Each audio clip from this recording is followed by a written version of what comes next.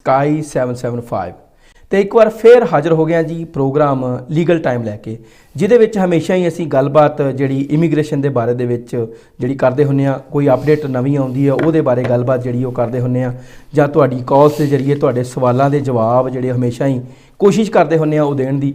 ਤੇ ਹਮੇਸ਼ਾ ਹੀ ਸਾਡੇ ਨਾਲ ਐਕਸਪਰਟ ਜਿਹੜੇ ਨੇ ਉਹ ਇਮੀਗ੍ਰੇਸ਼ਨ ਦੇ ਮਸਲਿਆਂ ਦੇ ਉੱਪਰ ਆਪਣੀ ਸਲਾਹ, ਆਪਣੀ ਗੱਲਬਾਤ ਜਿਹੜੀ ਉਹ ਰੱਖਣ ਲਈ ਜਾਂ ਆਪਣੇ ਤੁਹਾਡੇ ਸਵਾਲਾਂ ਦੇ ਜਵਾਬ ਦੇਣ ਲਈ ਸਾਡੇ ਕੋਲ ਪਹੁੰਚਦੇ ਨੇ। ਆਪਣੇ ਕੀਮਤੀ ਸਮੇਂ ਦੇ ਵਿੱਚੋਂ ਸਮਾਂ ਕੱਢ ਕੇ ਪਹੁੰਚਦੇ ਨੇ ਜ਼ੁਬੈਰ ਰਸ਼ੀਦ ਜੀ, ਤੇ ਅੱਜ ਵੀ ਉਹ ਪਹੁੰਚੇ ਹੋਏ ਨੇ ਸਟੂਡੀਓ। ਤੇ ਸਭ ਤੋਂ ਪਹਿਲਾਂ ਉਹਨਾਂ ਦਾ ਵੈਲਕਮ ਕਰਦੇ ਹਾਂ, ਫਿਰ ਉਹ ਗੱਲਾਂ ਬਾਤਾਂ ਜਿਹੜੀਆਂ ਹੋਣਗੀਆਂ, ਜੋ ਤੁਹਾਡੇ ਸਵਾਲ ਹੋਣਗੇ ਉਹ ਵੀ ਗੱਲਾਂ ਬਾਤਾਂ ਜਿਹੜੀਆਂ ਸਾਰੀਆਂ ਸਾਂਝੀਆਂ ਕਰਾਂਗੇ। ਫਿਲਹਾਲ ਉਹਨਾਂ ਦਾ ਸਵਾਗਤ ਕਰਦੇ ਹਾਂ। ਸਤਿ ਸ਼੍ਰੀ ਅਕਾਲ ਜੀ। ਸਲਾਮ, ਸਤਿ ਸ਼੍ਰੀ ਅਕਾਲ, ਥੈਂਕ ਯੂ ਵੈਰੀ ਮਚ ਭਾਜੀ। ਜੀ ਹਾਂਜੀ, ਕਿੱਦਾਂ ਹਾਲ ਚਾਲ? ਠੀਕ ਹੈ ਜੀ, ਸਭ ਚੜ੍ਹਦੀ ਕਲਾ। ਚਲੋ ਬਹੁਤ ਵਧੀਆ ਗੱਲ ਹੈ ਜੀ। ਤੇ ਗੱਲ ਜਿਹੜੀ ਹਮੇਸ਼ਾ ਹੀ ਅਸੀਂ ਇਮੀਗ੍ਰੇਸ਼ਨ ਦੇ ਮਸਲਿਆਂ ਦੇ ਉੱਪਰ ਕਰਦੇ ਹੁੰਦੇ ਆ, ਤੁਹਾਡੇ ਕੋਲੋਂ ਸਲਾਹ ਪੁੱਛਦੇ ਆ, ਤੁਹਾਡੇ ਕੋਲ ਜਿਹੜੇ ਸਵਾਲਾਂ ਦੇ ਜਵਾਬ ਜਿਹੜੇ ਸਾਡੇ ਕਾਲਰ ਵੀ ਫੋਨ ਕਰਦੇ ਨੇ ਉਹ ਵੀ ਹਮੇਸ਼ਾ ਹੀ ਗੱਲਾਂ ਬਾਤਾਂ ਚੱਲਦੀਆਂ ਨੇ। ਅੱਜ ਕੁਝ ਖਾਸ ਜਿਹੜੇ ਗੱਲਾਂ ਜਿਹੜੀਆਂ ਜੋ ਹਾਲਾਤ ਚੱਲ ਰਹੇ ਨੇ ਉਹਨਾਂ ਬਾਰੇ ਕਰਾਂਗੇ, ਕਿਉਂਕਿ ਬਹੁਤ ਸਾਰੇ ਜਿਹੜੇ ਉਹ ਖਬਰਾਂ ਸਾਹਮਣੇ ਆ ਰਹੀਆਂ ਨੇ, ਕਿਉਂਕਿ ਬਹੁਤ ਸਾਰੇ ਥਾਵਾਂ ਦੇ ਉੱਪਰ ਚੈਕਿੰਗ ਜਿਹੜੀ ਹੈ, ਜਿਹਨੂੰ ਛਾਪੇਮਾਰੀ ਕਿਹਾ ਜਾਂਦਾ, ਰੇਡਸ ਕਿਹਾ ਜਾਂਦਾ, ਕਿ ਇਮੀਗ੍ਰੇਸ਼ਨ ਦੇ ਮਸਲਿਆਂ ਦੇ ਉੱਪਰ ਜਿਹੜੀ ਹੈ ਜਿਹੜੇ ਸਟੂਡੈਂਟ ਨੇ ਉਹਨਾਂ ਬਾਰੇ ਗੱਲਬਾਤ ਕਰਾਂਗੇ। ਕੁਝ ਜਿਹੜੀਆਂ ਗੱਲਾਂ ਬਾਤਾਂ ਨੇ, ਕਿਉਂਕਿ ਰੇਡਸ ਪੈਣ ਦੇ ਕਾਰਨ ਜਿਹੜੇ ਸਭ ਤੋਂ ਪਹਿਲਾਂ ਉਹਦੇ ਬਾਰੇ ਡਿਸਕਸ ਕਰਦੇ ਹਾਂ ਕਿ ਕਿਉਂ ਇਹ ਕਾਰਨ ਬਣ ਰਹੇ ਨੇ ਜਿਹੜੀਆਂ ਰੇਡਸ ਪੈ ਰਹੀਆਂ ਨੇ। ਕੀ ਸਰਕਾਰ ਦੇ ਕੋਲ ਕੋਈ ਵਜ੍ਹਾ ਹੈ ਜਾਂ ਕੋਈ ਸ਼ਿਕਾਇਤ ਪਹੁੰਚਦੀ ਹੈ? ਇਹਦੇ ਬਾਰੇ ਸਾਨੂੰ ਦੱਸੋ ਜੀ ਜ਼ਰੂਰ। ਠੀਕ, ਥੈਂਕ ਯੂ ਭਾਜੀ। ਬੜਾ ਇੱਕ ਹੌਟ ਟਾਪਿਕ ਚੁਣਿਆ ਤੁਸੀਂ ਅੱਜ ਜੀ, ਕਿ ਇਮੀਗ੍ਰੇਸ਼ਨ ਵਾਲੇ ਜਿਹੜੇ ਰੇਡਸ, ਇਮੀਗ੍ਰੇਸ਼ਨ ਰੇਡਸ ਜਾਂ ਇਨਫੋਰਸਮੈਂਟ ਐਕਸ਼ਨ, ਜਾਂ ਜਿਹਨੂੰ ਅਸੀਂ ਕਹਿੰਦੇ ਹਾਂ ਛਾਪੇ ਮਾਰੇ ਜਾ ਰਹੇ ਨੇ ਜੀ, ਇਸ ਦਾ ਕਾਰਨ, इसकी वजह की है और क्यों एकदम हुकूमत ने सख्ताई शुरू कर दी। अगर तुसां याद होवे कि इत्थे दी जिहड़ी होम ऑफिस या इत्थे दे प्राइम मिनिस्टर ने दिसंबर 2022 ये आख्या कि असी इस कंट्री विचों जिहड़ी इलीगल माइग्रेशन है उन्होंने घट तो घट ख़त्म करांगे या बिल्कुल ख़त्म करने के करीब जरी लै जावांगे, जिस इन्होंने असालम सीकर थे, जिस इन्होंने इलीगल तरीके बॉर्डर क्रॉसिंग करते जोड़े कश्तियाँ आते या जिन्हें डंकी ला के आना कहते, वो जिस जोड़े बंदे लीगली आते और उस तो बाद अपना स्टेटस रैगुलराइज नहीं करते, या जोड़े बंदे गैर कानूनी तौर काम करते और अपना जोड़ा पैसा बैंकों में रखते। तुसें ये भी गल आजकल सुनी होगी कि बैंक अकाउंट बैंकों को हिदायत दी गई है कि उन्होंने बंदियां का डेटा शेयर करो जिन्हों को रहने का अधिकार नहीं है और इस मुल्क रह रहे हैं और बैंक अकाउंट यूज़ कर रहे हैं। तो जड़ियाँ सारिया गल्लां मेल मिला के, ठीक है, हुकूमत ने हुण एक अपना एक अपना जो प्रॉमिस कह लो जो आवाम ने दिता सी कि असी नैट माइग्रेशन रेट कम करांगे जी। हुकूमत ने एक वादा किया सी, इस हुकूमत ने या इस नवे प्राइम मिनिस्टर ने जी, कि असी जिहड़ी इस मुल्क की वर्किंग कंडीशन तो लैके या इस मुल्क की जॉब प्रस्पैक्टिव तो लैके, ठीक है, या जिहड़े ब्रैक्सिट जो किया सी उसकी मेन वजह यही सी कि जॉब क्रिएशन ज़्यादा ब्रिटिश वास्ते या जिन्होंने लोगों को रहने का अधिकार है राइट वीज़े ते उन्होंने देवांगे। तो ये सारिया चीज़ां मिल मिला के उस काविश का हिस्सा।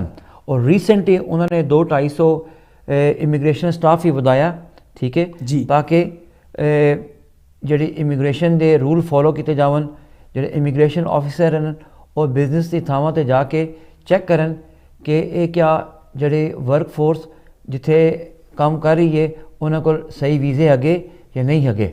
तो रीसेंटली हुण तुहां तकिया कि इन्हां छापियां बहुत तेज़ी नाल इजाफा हो रहा।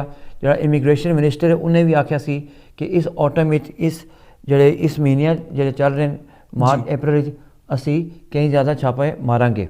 और हुकूमत ने इस मद एक अंदाजे के मुताबिक 1.5-2 मिलियन पाउंड भी इकट्ठे कर ले, क्योंकि जिस थां ते छापा मार देन उत्थे अगर वर्कर नू राइट टू वर्क ना होवे तो घट्टो घट्ट उन्होंने 5,000 तो लैके 20,000 पाउंड तक जुर्माना भी होंदा। बिल्कुल, जिवें तुसी सारी गलबात साझी कीती, पर ਇਹਦੇ ਵਿੱਚ ਜਿਵੇਂ ਤੁਸੀਂ ਇੱਕ ਸਵਾਲ ਮੇਰਾ ਸੀਗਾ ਪਰ ਤੁਸੀਂ ਨਾਲ ਦੀ ਨਾਲ ਜਿਹੜਾ ਉਹ ਐਕਸਪਲੇਨ ਕਰ ਦਿੱਤਾ ਕਿ ਜਿਹੜੇ ਜਿਵੇਂ ਕਿ ਬੈਂਕ ਅਕਾਊਂਟ ਦੇ ਵਿੱਚ ਅਪਡੇਟ ਕਰਨ ਨੂੰ ਕਿਹਾ ਗਿਆ ਕਿ ਡਾਕੂਮੈਂਟਸ ਤੁਸੀਂ ਦੁਬਾਰਾ ਅਪਡੇਟ ਆਪਣੇ ਕਰੋ ਜਾਂ ਸਬਮਿਟ ਕਰਵਾਓ, ਉਹ ਵੀ ਇੱਕ ਕਾਰਨ ਕਿਹਾ ਜਾ ਸਕਦਾ ਕਿ ਇਸ ਚੀਜ਼ ਦਾ ਕਾਰਨ ਬਣਦਾ, ਕਿਉਂਕਿ ਜਿਨ੍ਹਾਂ ਕੋਲ ਪਹਿਲਾਂ ਸਮੇਂ ਦੇ ਵਿੱਚ ਜਦੋਂ ਅਕਾਊਂਟ ਖੁੱਲ੍ਹ ਜਾਂਦਾ ਉਸ ਤੋਂ ਬਾਅਦ ਸ਼ਾਇਦ ਅਪਡੇਟ ਨਹੀਂ ਹੋਏ, ਇਹ ਵੀ ਇੱਕ ਤਰੀਕਾ ਕਹਿ ਸਕਦੇ ਹਾਂ। ਭਾਜੀ ਰਿਸਰਚ ਇਹ ਕਹਿੰਦੀ ਹੈ ਕਿ ਜਿਹੜੇ ਲੋਕ ਇਸ ਮੁਲਕ ਵਿੱਚ ਰਹਿੰਦੇ ਨੇ, ਅਗਰ ਉਹਨਾਂ ਨੂੰ ਮਾਸ਼ ਆਮਦਨ ਨਾ ਹੋਵੇ ਤੇ ਉਹਨਾਂ ਦੇ ਰਹਿਣ ਦੀ ਕੋਈ ਵਜ੍ਹਾ ਬਣਦੀ ਨਹੀਂ ਜੀ ਬਿਲਕੁਲ। ਤੇ ਜਦੋਂ ਪੈਸੇ ਕਮਾਉਣਗੇ ਤਾਂ ਪੈਸੇ ਦੋ ਹੀ ਥਾਵਾਂ ਤੇ ਰੱਖਣਗੇ ਜੀ, ਜਾਂ ਤੇ ਬੈਂਕ ਅਕਾਊਂਟਾਂ 'ਚ ਰੱਖਣਗੇ ਜੀ ਠੀਕ ਹੈ, ਜਾਂ ਕਿਸੇ ਐਸੀ ਜਗ੍ਹਾ ਤੇ ਛੁਪਾ ਕੇ ਰੱਖਣਗੇ ਜਿੱਥੇ ਕਿਸੇ ਨੂੰ ਪਤਾ ਨਾ ਹੋਵੇ। ਬਿਲਕੁਲ। ਮੈਂ ਆਪਣੇ ਤਜਰਬੇ ਨਾਲ ਤੁਹਾਨੂੰ ਦੱਸ ਸਕਦਾ ਵਾਂ ਕਿ ਪਿੱਛੇ ਇੱਕ ਮੁੰਡੇ ਨੂੰ ਕੰਮ ਤੋਂ ਫੜਿਆ ਗਿਆ। ਉਹ ਮੁੰਡੇ ਨੇ ਜਦੋਂ ਘਰ ਗਏ ਤੇ ਉਹਨੇ ਆਪਣੀ ਕਾਰ ਵਿੱਚ ਕਿਸੇ ਅਲਮਾਰੀ ਵਿੱਚ ਜਾਂ ਕਿਸੇ ਖੁਫੀਆ ਜਗ੍ਹਾ ਤੇ 7 ਤੋਂ 10,000 ਪਾਉਂਡ ਰੱਖਿਆ ਪਿਆ ਸੀ ਜੀ ਬਿਲਕੁਲ। ਤੇ ਹੋਮ ਆਫਿਸ ਨੇ ਪੈਸਾ ਸੀਜ਼ ਕਰ ਲਿਆ। ਤੇ ਆਪਣੇ ਤਕੜੇ ਵਾਲਿਆਂ ਨੂੰ ਅੱਜ ਇਹ ਵੀ ਕਹਿ ਦਈਏ ਕਿ ਜਿਨ੍ਹਾਂ ਲੋਕਾਂ ਨੂੰ ਰਾਈਟ ਟੂ ਵਰਕ ਨਹੀਂ ਹੁੰਦਾ, ਕੰਮ ਕਰਨ ਦਾ ਅਧਿਕਾਰ ਨਹੀਂ ਹੁੰਦਾ, ਉਹਨਾਂ ਅਗਰ ਪੈਸੇ ਕਿਤੇ ਛੁਪਾ ਕੇ ਰੱਖੇ, ਹਕੂਮਤ ਦੇ ਹੋਮ ਆਫਿਸ ਦੇ ਪੁਲਿਸ ਦੇ ਟਾਹ ਚੜ੍ਹ ਗਏ, ਉਹ ਪੈਸੇ ਤੁਹਾਨੂੰ ਵਾਪਸ ਨਹੀਂ ਮਿਲਣੇ। ਕਿਉਂਕਿ ਮੈਂ ਰੀਸੈਂਟਲੀ ਇਸ ਤਰ੍ਹਾਂ ਦੇ ਕੇਸਿਸ ਕੀਤੇ ਨੇ ਤੇ ਇਸ ਵਾਸਤੇ ਆਪਣੇ ਤਜਰਬੇ ਦੀ ਬੇਸ ਤੇ, ਨੌਲੇਜ ਦੀ ਬੇਸ ਤੇ ਤੁਹਾਨੂੰ ਦੱਸ ਦੇਵਾਂ ਤਾਂ ਕਿ ਤੁਸੀਂ ਵੀ ਨੁਕਸਾਨ ਤੋਂ ਬਚੋ। ਕਿ ਅਗਰ ਤੁਸੀਂ ਇਹ ਪੈਸੇ ਰੱਖੇ ਕਿਧਰੇ ਤੇ ਅਗਰ ਕੈਸ਼ ਰੱਖੇ, ਇਮੀਗ੍ਰੇਸ਼ਨ ਆਫਿਸਰ ਦੇ ਜਾਂ ਪੁਲਿਸ ਦੇ ਹੱਥੇ ਚੜ੍ਹ ਕੇ ਤਾਂ ਪੈਸੇ ਵਾਪਸ ਨਹੀਂ ਮਿਲਣੇ, ਉਹ ਇਹ ਪੈਸੇ ਸੀਜ਼ ਕਰ ਲਵਣਗੇ। ਔਰ ਅਗਰ ਇਹ ਪੈਸੇ ਤੁਸੀਂ ਬੈਂਕਾਂ 'ਚ ਰੱਖੇ ਤੇ ਹਕੂਮਤ ਨੇ ਬੜੀ ਕਲੀਅਰਲੀ ਹਦਾਇਤ ਦਿੱਤੀ ਹੈ ਬੈਂਕਾਂ ਨੂੰ ਕਿ ਇਹਨਾਂ ਲੋਕਾਂ ਦੇ ਬੈਂਕ ਅਕਾਊਂਟ ਜਿਨ੍ਹਾਂ ਦੇ ਖੁੱਲ੍ਹਣ ਔਰ ਜਿਹੜਾ ਡੇਟਾ ਹੋਮ ਆਫਿਸ ਦੇ ਰਹੀ ਹੈ ਇਹਨਾਂ ਬੈਂਕਾਂ ਨੂੰ, ਜਿਨ੍ਹਾਂ ਨੂੰ ਸ਼ੱਕ ਆ ਕਿ ਇਹਨਾਂ ਕੋਲ ਵੀਜ਼ੇ ਨਹੀਂ ਹੈਗੇ, ਉਹਨਾਂ ਦੇ ਤੁਸੀਂ ਵੀਜ਼ੇ ਚੈੱਕ ਕਰੋ।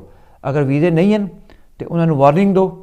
ਅਗਰ ਉਹ ਫਿਰ ਵੀ ਆਪਣੇ ਵੀਜ਼ੇ ਨਹੀਂ ਲੈ ਕੇ ਆਉਂਦੇ ਤੇ ਮੈਂ ਵੀ ਉਹ ਪੈਸੇ ਉਹਨਾਂ ਦੇ ਸੀਧੇ ਜਾਵਣ। ਬਿਲਕੁਲ। ਤੇ ਅਗਰ ਤੁਹਾਡੀ ਜਿਹੜੀ ਮਿਹਨਤ ਦੀ ਕਮਾਈ ਆ ਇਸ ਤਰ੍ਹਾਂ ਜ਼ਾਇਆ ਜਾਵੇ ਤੇ ਬੰਦੇ ਨੂੰ ਬੜਾ ਦੁੱਖ ਹੁੰਦਾ। ਬਿਲਕੁਲ ਜੀ ਬਿਲਕੁਲ। ਬੜੀ ਮਿਹਨਤ ਨਾਲ ਇਸ ਕੰਟਰੀ ਦੇ ਵਿੱਚ, ਇਸ ਮੁਲਕ ਦੇ ਵਿੱਚ, ਕਿਸੇ ਵੀ ਮੁਲਕ ਦੇ ਵਿੱਚ ਮਿਹਨਤ ਨਾਲ ਪੈਸਾ ਕਮਾਉਣੇ ਬੜੀ ਮੁਸ਼ਕਲ ਨਾਲ ਕਮਾਇਆ ਜਾਂਦਾ। ਸੋ ਇਹੀ ਕਾਰਨ ਹੈ ਕਿ ਜਿਹਦੇ ਕਰਕੇ ਜਿਹੜੇ ਨੋਟਿਸ ਉਹ ਜਿਹੜੇ ਬੈਂਕ ਜਿਹੜੇ ਖਾਤਿਆਂ ਦੇ ਜਿਹੜੇ ਅਧਿਕਾਰੀ ਨੇ ਉਹਨਾਂ ਨੂੰ ਜਿਹੜੇ ਪਹੁੰਚੇ ਨੇ ਕਿ ਆਪਣੇ ਜਿਹੜੇ ਡਾਕੂਮੈਂਟਸ ਅਪਡੇਟ ਕਰਾਓ। ਤੇ ਹੋਰ ਜੇਕਰ ਗੱਲ ਕਰੀਏ ਕਿ ਰੇਡ ਜਿਹੜੀ ਪੈਂਦੀ ਹੈ, ਜਿਵੇਂ ਵੀ ਇਹ ਵੀ ਕਿਹਾ ਜਾ ਸਕਦਾ ਕਿ ਸਟੂਡੈਂਟ ਦੇ ਉੱਪਰ ਵੀ ਰੇਡ ਪੈ ਰਹੀ ਹੈ, ਉਹਨਾਂ ਦੇ ਕਾਰਨ, ਉਹਨਾਂ ਬਾਰੇ ਵੀ ਖੁਲਾਸਾ ਥੋੜਾ ਜਿਹਾ ਕਰੋ। ਅੱਛਾ ਭਾਜੀ, ਇਹ ਹਾਂਜੀ ਸੌਰੀ ਮੈਂ ਗੱਲ ਕਰ ਰਿਹਾ, ਇਹ ਬੜੀ ਚੰਗੀ ਗੱਲ ਆਖੀ ਆ ਕਿ ਰੀਸੈਂਟਲੀ ਅਸੀਂ ਦੇਖਾ ਕਿ ਸਟੂਡੈਂਟ ਜਿਹੜੇ ਹੈਗੇ ਇਸ ਰੇਡ ਦਾ ਬੜਾ ਸ਼ਿਕਾਰ ਬਣੇ। ਉਹਦੀ ਮੈਂ ਤੁਹਾਨੂੰ ਵਜ੍ਹਾ ਦੱਸਦਾ ਕਿ ਜਿਹੜੇ ਲੋਕੀ ਇੱਥੇ ਆਏ ਪੁਰਾਣੇ, ਉਹਨਾਂ ਆਪਣੀਆਂ ਕਿਤੇ ਨਾ ਕਿਤੇ ਕੁੰਜੀਆਂ ਫਸਾਈਆਂ ਹੁੰਦੀਆਂ। ਠੀਕ ਆ, ਕਿਸੇ ਨੇ ਹਿਊਮਨ ਰਾਈਟ ਦੀ ਐਪਲੀਕੇਸ਼ਨ ਪਾਈ, ਕਿਸੇ ਨੇ ਅਸਾਲਮ ਦੀ ਪਾਈ, ਕਿਸੇ ਨੂੰ ਬੱਚੇ ਹੋ ਕੇ ਉਹਦਾ ਪਰਿਵਾਰ ਵੱਧ ਗਿਆ ਤੇ ਬੱਚਿਆਂ ਦੀ ਬੇਸ ਤੇ ਰਹਿ ਰਿਹਾ, ਜਾਂ ਕਿਸੇ ਦਾ ਕੋਈ ਕੋਰਟ 'ਚ ਕੋਈ ਕੇਸ ਚੱਲ ਰਿਹਾ। ਠੀਕ ਆ, ਜਿਹੜੇ ਨਵੇਂ ਸਟੂਡੈਂਟ ਆਏ ਉਹਨਾਂ ਨੂੰ ਆਪਣੇ ਰਾਈਟਸ ਉਸ ਤਰ੍ਹਾਂ ਪਤਾ ਨਹੀਂ, ਉਹ ਆਣੇ ਨਾਲ ਹੀ ਸਿਸਟਮ ਨੂੰ ਸਮਝ ਨਹੀਂ ਸਕਦੇ, ਯੂਨੀਵਰਸਿਟੀ 'ਚ ਇਨਰੋਲ ਨਹੀਂ ਹੋ ਸਕਦੇ। ਠੀਕ ਹੈ, ਜਾਂ ਆਪਣੀ ਪੜ੍ਹਾਈ ਦੀ ਅਟੈਂਡੈਂਸ ਕੰਟੀਨਿਊ ਨਹੀਂ ਕਰ ਸਕਦੇ, ਜਿਸ ਦੇ ਕਾਰਨ ਕੀ ਹੁੰਦਾ ਕਿ ਯੂਨੀਵਰਸਿਟੀ ਸਟ੍ਰੇਟ ਅਵੇ ਹੋਮ ਆਫਿਸ ਨੂੰ ਦੱਸ ਦਿੰਦੀ ਤੇ ਉਹਨਾਂ ਦਾ ਰਿਕਾਰਡ ਦੂਜੇ ਲਫ਼ਜ਼ਾਂ 'ਚ ਅਪ ਟੂ ਡੇਟ ਹੁੰਦਾ ਹਕੂਮਤ ਕੋਲ, ਹੋਮ ਆਫਿਸ ਕੋਲ ਜੀ, ਕਿਉਂਕਿ ਰਿਕਾਰਡ ਸਾਰਾ ਅਪ ਟੂ ਡੇਟ ਹੁੰਦਾ।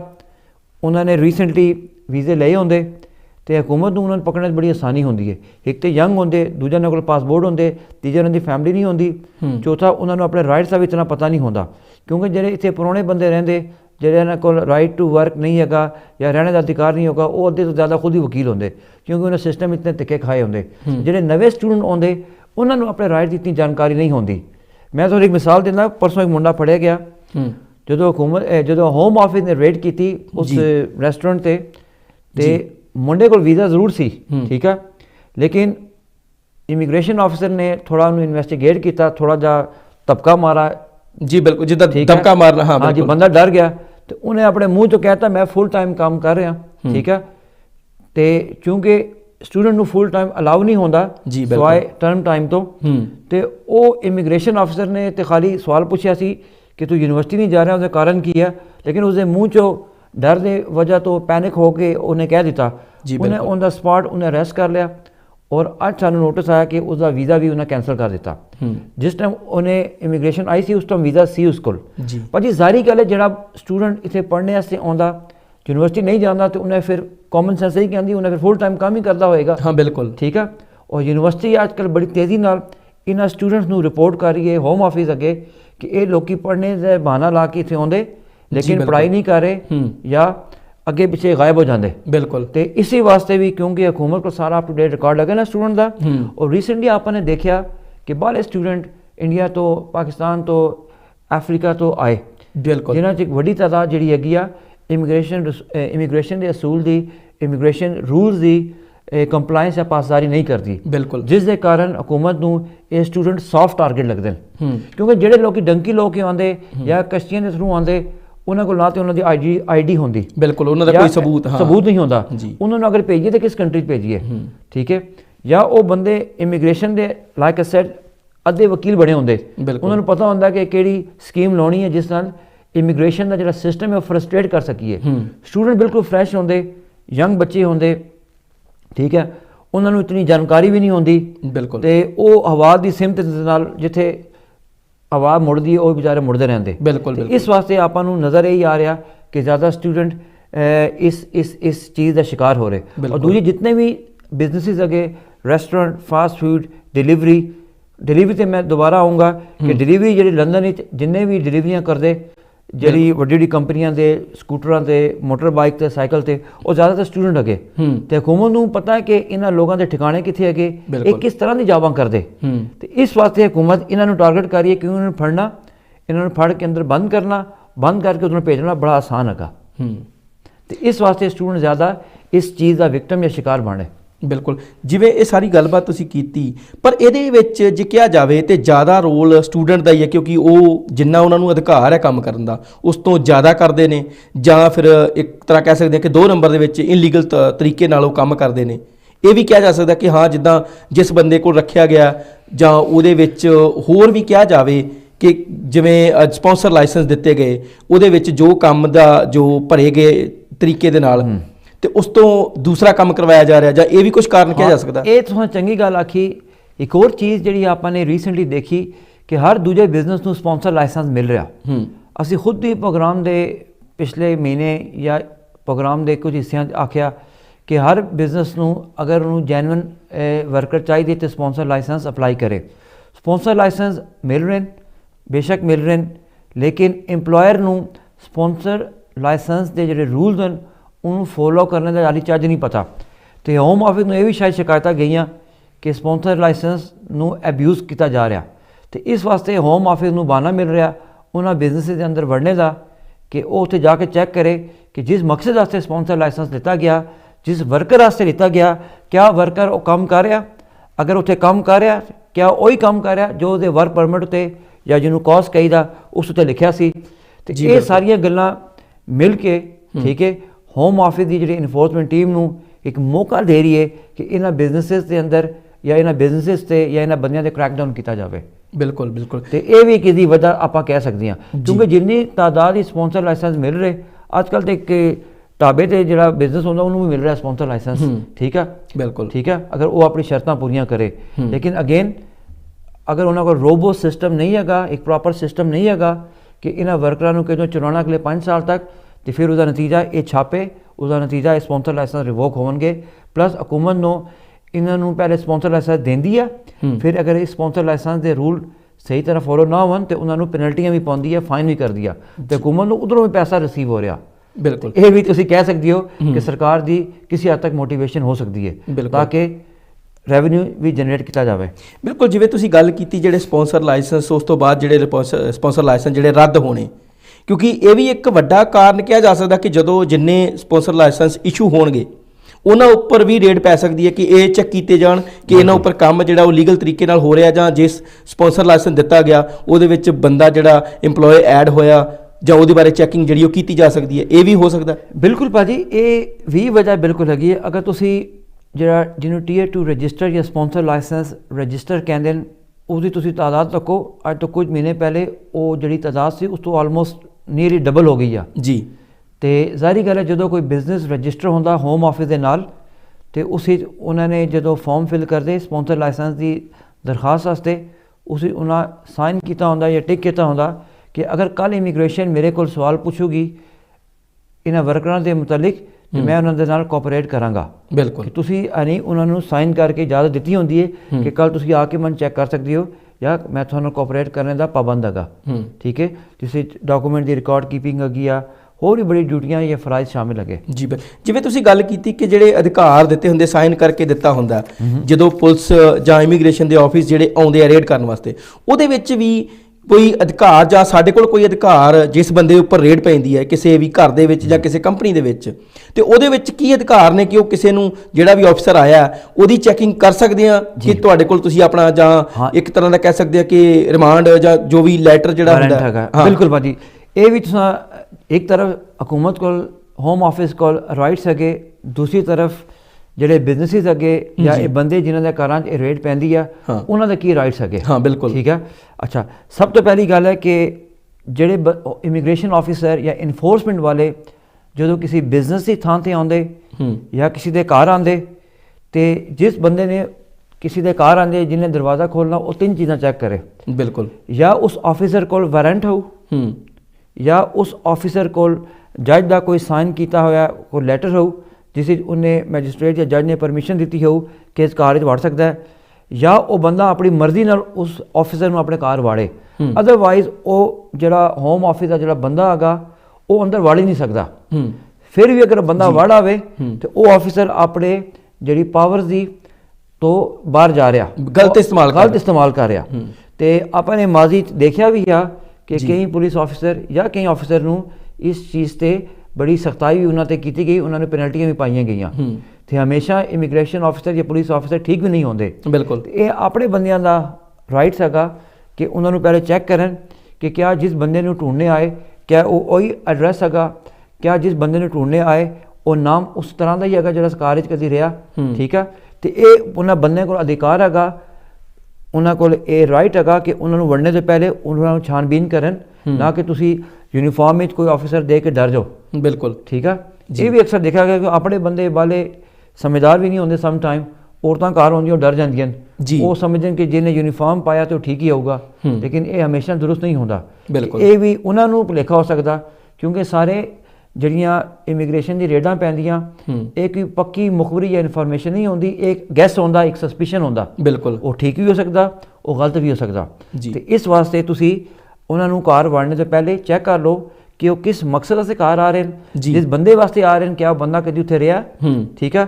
ਔਰ ਉਹਨਾਂ ਕੋਲ ਜਿਹੜੀ ਅਥਾਰਟੀ ਹੈਗੀ ਉਹ ਅਥਾਰਟੀ ਹੈਗੀ ਆ ਕਿ ਉਸ ਪ੍ਰੈਮਿਸਿਸ ਉਸ ਕਾਰ ਦੇ ਅੰਦਰ ਆ ਕੇ ਵੜਨ, ਉੱਥੇ ਆ ਕੇ ਸਰਚ ਕਰਨ। ਬਿਲਕੁਲ, ਇਹ 3-4 ਚੀਜ਼ਾਂ ਤੁਸਾਂ ਦਾ ਰਾਈਟ ਹੈਗਾ, ਤੁਸੀਂ ਆਫਿਸਰ ਨੂੰ ਪੁੱਛ ਸਕਦੇ ਹੋ।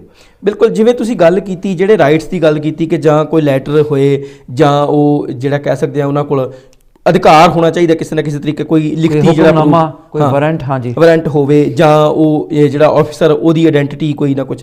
ਪਰ ਇਹ ਚੀਜ਼ਾਂ ਚੈੱਕ ਕਿੱਦਾਂ ਕੀਤੀਆਂ ਜਾਂਦੀਆਂ ਕਿਉਂਕਿ ਸਕੈਮ ਜਿਹੜਾ ਇਸ ਕੰਟਰੀ ਦੇ ਵਿੱਚ ਬਹੁਤ ਸਾਰੇ ਵੇਖਣ ਨੂੰ ਮਿਲਦੇ ਨੇ। ਜਿਹੜਾ ਲੈਟਰ ਪ੍ਰਿੰਟ ਕਰਨਾ ਇਹ ਤੇ ਆਮ ਜੀ ਗੱਲ ਆ, ਤੇ ਇਹਦੇ ਵਿੱਚ ਜ਼ਰੂਰੀ ਹੈ ਕਿ ਚੈੱਕ ਕੀਤੇ ਜਾ ਸਕਦੇ ਜਾਂ ਅਸੀਂ ਕਹਿ ਸਕਦੇ ਹਾਂ ਕਿ ਜਿਹੜੇ ਬੰਦੇ ਦੇ ਉੱਪਰ ਚੈਕਿੰਗ ਹੋ ਰਹੀ ਹੈ ਜਿਸ ਘਰ ਦੇ ਵਿੱਚ ਉਹ ਜੋ ਅਫਸਰ ਆਏ ਨੇ ਉਹਨੂੰ ਮਨਾ ਕੀਤਾ ਜਾ ਸਕਦਾ। ਅੱਛਾ ਭਾਜੀ, ਉਹਦੇ 2-3 ਤਰੀਕੇ ਹੈਗੇ। ਪਹਿਲੀ ਗੱਲ ਹੈ ਜਿਹੜੇ ਆਫਿਸਰ ਆਉਂਦੇ ਅੱਜ ਕੱਲ੍ਹ ਨੋਰਮਲੀ ਉਹਨਾਂ ਦੇ ਪੂਰਾ ਇੱਕ ਗੀਅਰ ਇੱਕ ਗੈਟਅਪ ਹੁੰਦਾ, ਉਹਨਾਂ ਕੈਮਰੇ ਵੀ ਲਾਏ ਹੁੰਦੇ। ਇੱਕ ਕਾਲ ਲੱਗ ਚੁੱਕੀ ਹੈ, ਪਹਿਲਾਂ ਉਹਦੇ ਬਾਰੇ ਗੱਲਬਾਤ ਕਰ ਲਈਏ ਉਹਨਾਂ ਨਾਲ ਗੱਲਬਾਤ। ਹੈਲੋ ਜੀ, ਸਤਿ ਸ਼੍ਰੀ ਅਕਾਲ। ਹਾਂਜੀ ਭਾਜੀ, ਸਤਿ ਸ਼੍ਰੀ ਅਕਾਲ ਜੀ। ਹਾਂਜੀ ਜੀ, ਕੀ ਕਹਿਣਾ ਚਾਹੁੰਦੇ ਵੀਰ ਜੀ? ਭਾਜੀ ਮੈਂ ਨਾ ਪੁੱਛਣਾ ਚਾਹੁੰਦਾ ਆਪਣੇ ਭਾਜੀ ਹੁਣਾਂ ਨੂੰ, ਵਕੀਲ ਸਾਹਿਬ ਨੂੰ। ਮੇਰੇ ਮਾਤਾ ਜੀ ਸੀਗੇ ਨਾ ਪਹਿਲਾਂ ਇੱਥੇ ਯੂਕੇ 'ਚ। ਜੀ ਜੀ।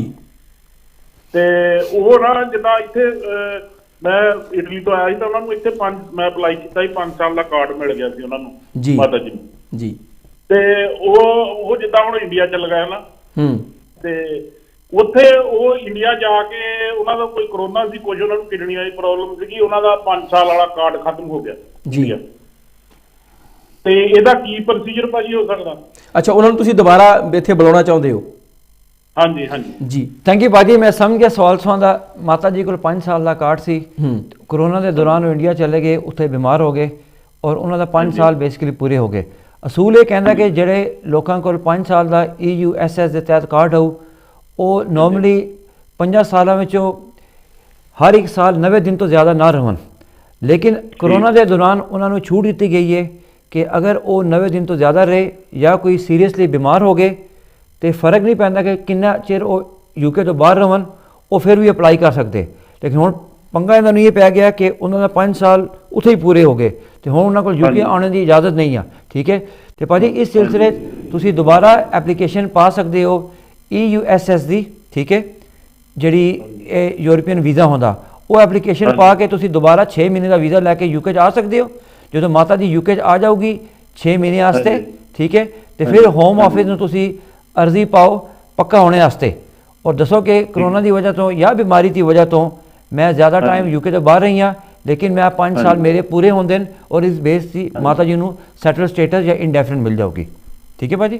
ਠੀਕ ਹੈ ਭਾਜੀ, ਥੈਂਕ ਯੂ ਭਾਜੀ। ਉਹ ਇੱਕ ਹੋਰ ਸੀਗਾ। ਜੀ ਜੀ ਜੀ। ਹੈਲੋ ਜੀ, ਸੁਣਿਆ ਭਾਜੀ। ਇੱਕ ਗੱਲ ਸੀ ਵੀ ਉਹਨਾਂ ਨੂੰ ਜਿੱਦਾਂ ਇੱਥੇ ਯੂਕੇ 'ਚ ਉਹਨਾਂ ਦਾ ਇਲਾਜ ਵੀ ਚੱਲ ਰਿਹਾ ਸੀ, ਉਹਨਾਂ ਨੂੰ ਕਿਡਨੀਆਂ ਦੀ ਪ੍ਰੋਬਲਮ ਸੀ।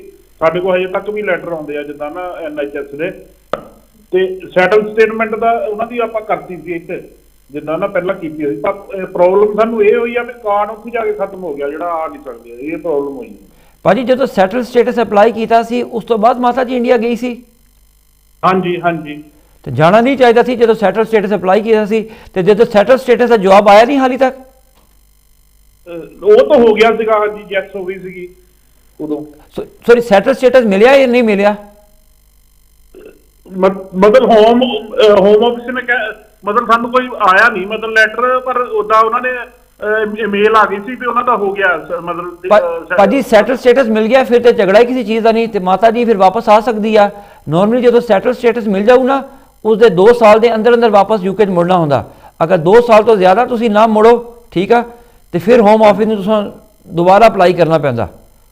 ਤੇ ਸੈਟਲ ਸਟੇਟਸ ਮਿਲ ਗਿਆ, ਸੈਟਲ ਸਟੇਟਸ ਮਿਲ ਗਿਆ ਤੇ ਕਾਰਡ ਜਿੱਦਾਂ ਉਧਰੋਂ ਜਿੱਦਾਂ ਕਾਰਡ ਖਤਮ ਹੋਇਆ ਉਹਨਾਂ ਦਾ, ਜਿਲਾ ਉਧਰੋਂ ਜੇ ਆਪਾਂ ਛੱਡੀਏ ਹਨਾ, ਤੇ ਕਾਰਡ ਉਹ ਕਹਿਣ ਵੀ ਤੁਹਾਡਾ ਕਾਰਡ ਐਕਸਪਾਇਰ ਹੋਇਆ, ਫਿਰ ਨਾ ਚੜਨ ਦੇਣ ਉਹ ਉਤੋਂ। ਭਾਜੀ ਮਾਤਾ ਨੇ ਸੈਟਲ ਸਟੇਟਸ ਕਦੋਂ ਮਿਲਿਆ ਸੀ? ਆਈ ਥਿੰਕ 1.5 year ਹੋ ਗਿਆ ਭਾਜੀ। ਤੇ ਭਾਜੀ ਕਾਰਡ ਇੰਨੀ ਜਲਦੀ ਨਹੀਂ ਖਤਮ ਹੁੰਦਾ, ਕਾਰਡ ਵੈਸੇ ਵੀ 2024 ਦੇ ਐਂਡ ਤੱਕ ਹੁੰਦੇ। ਨਾਲੇ ਸੈਟਲ ਸਟੇਟਸ ਜਿਹੜਾ ਹੁੰਦਾ ਨਾ ਉਹ ਕਾਰਡ ਦਾ ਮੁਤਾਜ ਨਹੀਂ ਹੁੰਦਾ। ਸੈਟਲ ਸਟੇਟਸ ਦਾ ਮਤਲਬ ਫੋਰਐਵਰ ਹੀ ਹੁੰਦਾ। ਕਾਰਡ ਤੇ ਸਿਰਫ ਇੱਕ ਮਿਆਦ ਹੁੰਦੀ ਹੈ, ਠੀਕ ਹੈ, ਆਪਣੇ ਕਾਰਡ ਦੀ। ਸੈਟਲ ਸਟੇਟਸ ਅਗਰ ਹੋਵੇ ਤੇ ਇਮੀਗ੍ਰੇਸ਼ਨ ਵਾਲੇ ਇੰਡੀਆ 'ਚ ਜਿੱਥੋਂ ਵੀ ਮਾਤਾ ਜੀ ਨੇ ਆਉਣਾ ਉਹ ਚੈੱਕ ਕਰ ਸਕਦੇ ਨੇ ਐਮਬੈਸੀ ਤੋਂ। ਪ੍ਰੋਬਲਮ ਹੋਣਾ ਨਹੀਂ ਚਾਹੀਦਾ। ਠੀਕ ਹੈ ਭਾਜੀ, ਥੈਂਕ ਯੂ ਜੀ। ਜੀ ਥੈਂਕ ਯੂ ਜੀ, ਧੰਨਵਾਦ ਬਹੁਤ ਬਹੁਤ ਤੁਹਾਡਾ। ਤੇ ਜੇਕਰ ਕੋਈ ਵੀ ਮਸਲਾ ਤੁਹਾਡਾ, ਕੋਈ ਵੀ ਸਵਾਲ ਤੁਹਾਡੇ ਮਨ ਦੇ ਵਿੱਚ ਜ਼ਰੂਰ ਤੁਸੀਂ ਫੋਨ ਕਰ ਸਕਦੇ ਹੋ। ਜਿਹੜਾ ਨੰਬਰ ਹੈ ਉਹ ਸਕਰੀਨ ਦੇ ਉੱਪਰ ਚੱਲਿਆ ਹੋਇਆ। ਸੋ ਆਪਣੇ ਸਵਾਲ ਵੱਲ ਉਸੇ ਪਾਸੇ ਚੱਲਦੇ ਹਾਂ ਜੀ। ਜਿਵੇਂ ਗੱਲ ਕੀਤੀ ਸੀ ਕਿ ਜੋ ਸਾਡੇ ਕੋਲ ਜਿਹੜਾ ਇਮੀਗ੍ਰੇਸ਼ਨ ਦਾ ਅਫਸਰ ਚੈਕਿੰਗ ਵਾਸਤੇ ਆਉਂਦਾ ਹੈ, ਉਹਦੇ ਕੋਲ ਜੋ ਵੀ ਚੀਜ਼ਾਂ, ਜੋ ਡਾਕੂਮੈਂਟਸ ਹੁੰਦੇ ਨੇ, ਉਹਨੂੰ ਅਸੀਂ ਕਿਸ ਤਰ੍ਹਾਂ ਚੈੱਕ ਕਰ ਸਕਦੇ ਹਾਂ ਜਾਂ ਕਿਸ ਤਰ੍ਹਾਂ ਅਸੀਂ ਉਹਦੇ ਬਾਰੇ ਜਾਣਕਾਰੀ ਜਿਹੜੀ ਉਹਦੇ ਦਿਓ? हाँ जी, नॉर्मली भाजी इस तरह से प्रोसीजर हैगा। पहले इमिग्रेशन वाला ऑफिसर दरवाजे से आऊ, पहले पुलिस वाला आऊ या पहले कोई डेट रिकवरी वाला आऊ जी। ठीक है, तुसी उसको जरा लैटर परचा होंदा सब तो पहले तो वो पूछो तुसी उसको जी। नॉर्मली आजकल सरकारां ने नवा प्रोटोकॉल दिता कि तुसी रिकॉर्डिंग करो, ठीक है। ਉਹਦੇ ਕੋਲ ਸਵਾਲ ਪੁੱਛੋ ਕਿ ਤੁਸੀਂ ਕਿਸ ਕਾਰਨ ਵਾਸਤੇ ਤੁਸੀਂ ਆਏ ਆ, ਠੀਕ ਹੈ। ਤਾਂ ਹੀ ਤੇ ਹਕੂਮਤ ਨੇ ਰਾਈਟਸ ਦਿੱਤੇ ਬੰਦਿਆਂ ਨੂੰ ਕਿ ਤੁਸੀਂ ਕਾਰ ਨੂੰ ਬੰਦੇ ਨੂੰ ਕਾਰ 'ਚ ਵੜਨ ਨਾ ਦਿਓ ਜਦ ਤੱਕ ਤੁਹਾਨੂੰ ਯਕੀਨ ਹੋ ਜਾਵੇ ਕਿ ਇਹ ਜੈਨੂਇਨ ਬੰਦਾ ਹੈਗਾ। ਬਿਲਕੁਲ, ਹਾਂਜੀ, ਠੀਕ ਹੈ। ਤੇ ਤੁਸੀਂ ਫਿਰ ਵੀ ਸ਼ੱਕ ਹੋਏ ਤੁਸੀਂ ਪੁਲਿਸ ਨੂੰ ਫੋਨ ਕਰੋ, ਠੀਕ ਹੈ, ਕਿ ਬਈ ਇਹ ਬੰਦਾ ਸਾਡੇ ਕਾਰ ਦੇ ਮੋਹਰੇ ਆਇਆ, ਸਾਨੂੰ ਸ਼ੱਕ ਆ ਕਿ ਬੰਦਾ ਜੈਨੂਇਨ ਨਹੀਂ ਹੈਗਾ, ਇਹ ਕੋਈ ਗਲਤ ਬੰਦਾ ਲੱਗਦਾ ਜਾਂ ਕੋਈ ਬੰਦਾ ਜਾਂ ਕੁਝ ਫੇਕ ਬੰਦਾ। ਔਰ ਲੰਡਨ 'ਚ ਹੋਈ ਵੀ ਵਾਰਦਾਤਾਂ ਪਿੱਛੇ ਜੀ, ਬਿਲਕੁਲ, ਕੁਝ ਗਲਤ ਬੰਦੇ ਘਰਾਂ ਦੇ ਬਾਹਰ ਆਏ ਪੁਲਿਸ ਬਣ ਕੇ, ਪਤਾ ਲੱਗਿਆ ਉਹ ਪੁਲਿਸ ਵਾਲੇ ਨਹੀਂ ਸਨ, ਉੱਥੇ ਚੋਰ ਸਨ ਸਾਰੇ, ਠੱਗ ਸਨ। ਤੇ ਇਹ ਤੁਹਾਨੂੰ ਰਾਈਟ ਹੈਗਾ, ਜਦੋਂ ਤੱਕ ਤੁਹਾਨੂੰ ਯਕੀਨ ਨਾ ਹੋਵੇ ਇਹ ਬੰਦੇ ਜੈਨੂਇਨ ਨਹੀਂ ਹੈਗੇ ਤੁਸੀਂ ਉਹਨਾਂ ਨੂੰ ਰੋਕ ਸਕਦੇ ਹੋ ਜੀ। ਬਿਲਕੁਲ, ਠੀਕ ਹੈ। ਨਾਰਮਲੀ ਜਿਹੜੇ ਜੈਨੂਇਨ ਬੰਦੇ ਹੁੰਦੇ ਨਾ, ਤੁਸੀਂ ਜਿਸ ਮਰਜ਼ੀ ਨੂੰ ਫੋਨ ਕਰੋ ਨਸਣਗੇ ਨਹੀਂ। ਜਿਹੜੇ ਝੂਠੇ ਹੋਣਗੇ ਪੁਲਿਸ ਕਰੋ 2 ਸੈਕਿੰਡ ਪਤਾ ਲੱਗ ਜਾਂਦਾ ਬੰਦੇ ਝੂਠੇ ਹੈਗੇ ਜਾਂ ਸੱਚੇ ਹੈਗੇ, ਉਹ ਨਸਣਗੇ ਨਹੀਂ ਉਧਰੋਂ। ਤੇ ਲੰਡਨ ਵਿੱਚ ਪਿੱਛੇ ਤੁਹਾਨੂੰ ਦੇਖਿਆ ਹੋਵੇਗਾ, ਸੋਸ਼ਲ ਮੀਡੀਆ ਤੇ ਵੀ ਆਇਆ, ਕੁਝ ਈਸਟ ਯੂਰਪੀਅਨ ਬੰਦੇ ਭੇਦ ਬਦਲ ਰੂਪੀਏ ਬਣ ਕੇ ਆਏ, ਲੇਕਿਨ ਉਹ ਨਹੀਂ ਸਨ। ਤੇ ਇਹ ਹਾਂਜੀ ਬਿਲਕੁਲ। ਤੇ ਮੇਰੇ ਖਿਆਲ ਇੱਕ ਕਾਲ ਲੱਗ ਚੁੱਕੀ ਹੈ, ਪਹਿਲਾਂ ਕਾਲ ਲੈ ਲੈਣੇ ਆ ਜੀ। ਹੈਲੋ ਜੀ, ਸਤਿ ਸ਼੍ਰੀ ਅਕਾਲ। ਹੈਲੋ, ਸਤਿ ਸ਼੍ਰੀ ਅਕਾਲ ਵਕੀਲ ਸਾਹਿਬ ਜੀ। ਭਾਜੀ ਮੇਰਾ ਕੁਐਸਚਨ ਇਹ ਸੀ ਕਿ ਜਦੋਂ ਮੇਰੇ ਇਨ-ਲॉज ਆ ਉਹ ਇੰਡੀਆ ਤੋਂ ਸਾਡੇ ਕੋਲ ਇੱਥੇ ਵਿਜ਼ਿਟਰ ਵੀਜ਼ੇ ਤੇ ਆਇਆ and this is the third time to come to us for 2 years visa. वो मैं ਉਹਨਾਂ ਵਾਸਤੇ ਪਰਮਾਨੈਂਟ ਵੀਜ਼ੇ ਵਾਸਤੇ ਅਪਲਾਈ ਕਰਨਾ ਚਾਹੁੰਦੀ ਹਾਂ। ਕੋਈ ਹੈ ਸਿਨੈਰੀਓ? ਕਿਉਂਕਿ ਮੇਰਾ ਹਸਬੰਡ ਉਹਨਾਂ ਦਾ ਓਨਲੀ ਚਾਈਲਡ ਹੈ, ਉਹਨਾਂ ਕੋਲ ਹੋਰ ਕੋਈ ਬੱਚਾ ਨਹੀਂ ਹੈਗਾ ਇੰਡੀਆ 'ਚ। Okay, Pandy, let me paraphrase the question. तुसां they in-laws वाले माता पिता ਹਾਂਜੀ ਮੇਰੇ in-laws ਆ ਜਿਹੜੇ ਉਹ ਸਾਡੇ ਕੋਲ ਇੱਥੇ ਵਿਜ਼ਿਟਰ ਵੀਜ਼ੇ ਤੇ ਆਏ ਆ। ਅਗਰ ਠੀਕ ਹੈ, ਹੁਣ ਉਹ ਤੀਸਰੀ ਵਾਰੀ ਸਾਡੇ ਕੋਲ ਆਇਆ ਇੱਥੇ। ਇਸ ਸਾਲ ਉਹਨਾਂ ਕੋਲ 2 ਸਾਲ ਦਾ ਵੀਜ਼ਾ ਵਾ, ਵਿਜ਼ਿਟਰ ਵੀਜ਼ਾ। ਤੇ ਉਹਨਾਂ ਦਾ ਪਰਮਾਨੈਂਟ ਵੀਜ਼ਾ ਅਪਲਾਈ ਕਰਨਾ ਚਾਹੁੰਦੇ ਜੀ। ਭੈਣ ਜੀ ਮੈਂ ਸਮਝ ਗਿਆ ਸਵਾਲ ਸੁਣਾ, ਥੈਂਕ ਯੂ। ਜਿਹੜੇ ਇਨ-ਲॉज ਆਏ ਵਿਜ਼ਿਟਰ ਵੀਜ਼ਾ ਤੇ ਉਹ ਪਰਮਾਨੈਂਟ ਵੀਜ਼ਾ ਅਪਲਾਈ ਕਰ ਨਹੀਂ ਸਕਦੇ, ਪਹਿਲੀ ਗੱਲ ਆ। ਅਗਰ ਉਹ ਪਰਮਾਨੈਂਟ ਵੀਜ਼ਾ ਅਪਲਾਈ ਕਰਨਾ ਚਾਹੁੰਦੇ ਉਹਨਾਂ ਨੂੰ ਵਾਪਸ ਅਸੂਲ ਇਹ ਕਹਿੰਦਾ ਇਮੀਗ੍ਰੇਸ਼ਨ ਦਾ ਵਾਪਸ ਇੰਡੀਆ ਜਾਣਾ ਪਊਗਾ। ਇਹਨੂੰ ਕਹਿੰਦੇ ਐਲਡਰਲੀ ਡਿਪੈਂਡੈਂਟ ਵੀਜ਼ਾ।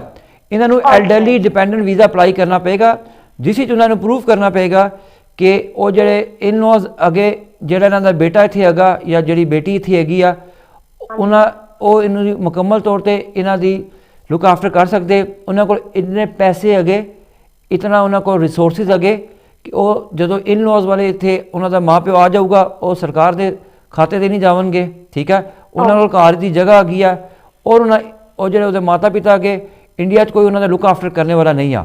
ਤੇ ਇਸਦਾ ਥੋੜ੍ਹਾ ਕ੍ਰਾਈਟੇਰੀਆ ਆ ਗਿਆ, ਥੋੜ੍ਹਾ ਸਖਤ ਕ੍ਰਾਈਟੇਰੀਆ ਹੈਗਾ, but there is a criteria ਇਹਨਾਂ ਬੰਦਿਆਂ ਵਾਸਤੇ, ਠੀਕ ਹੈ।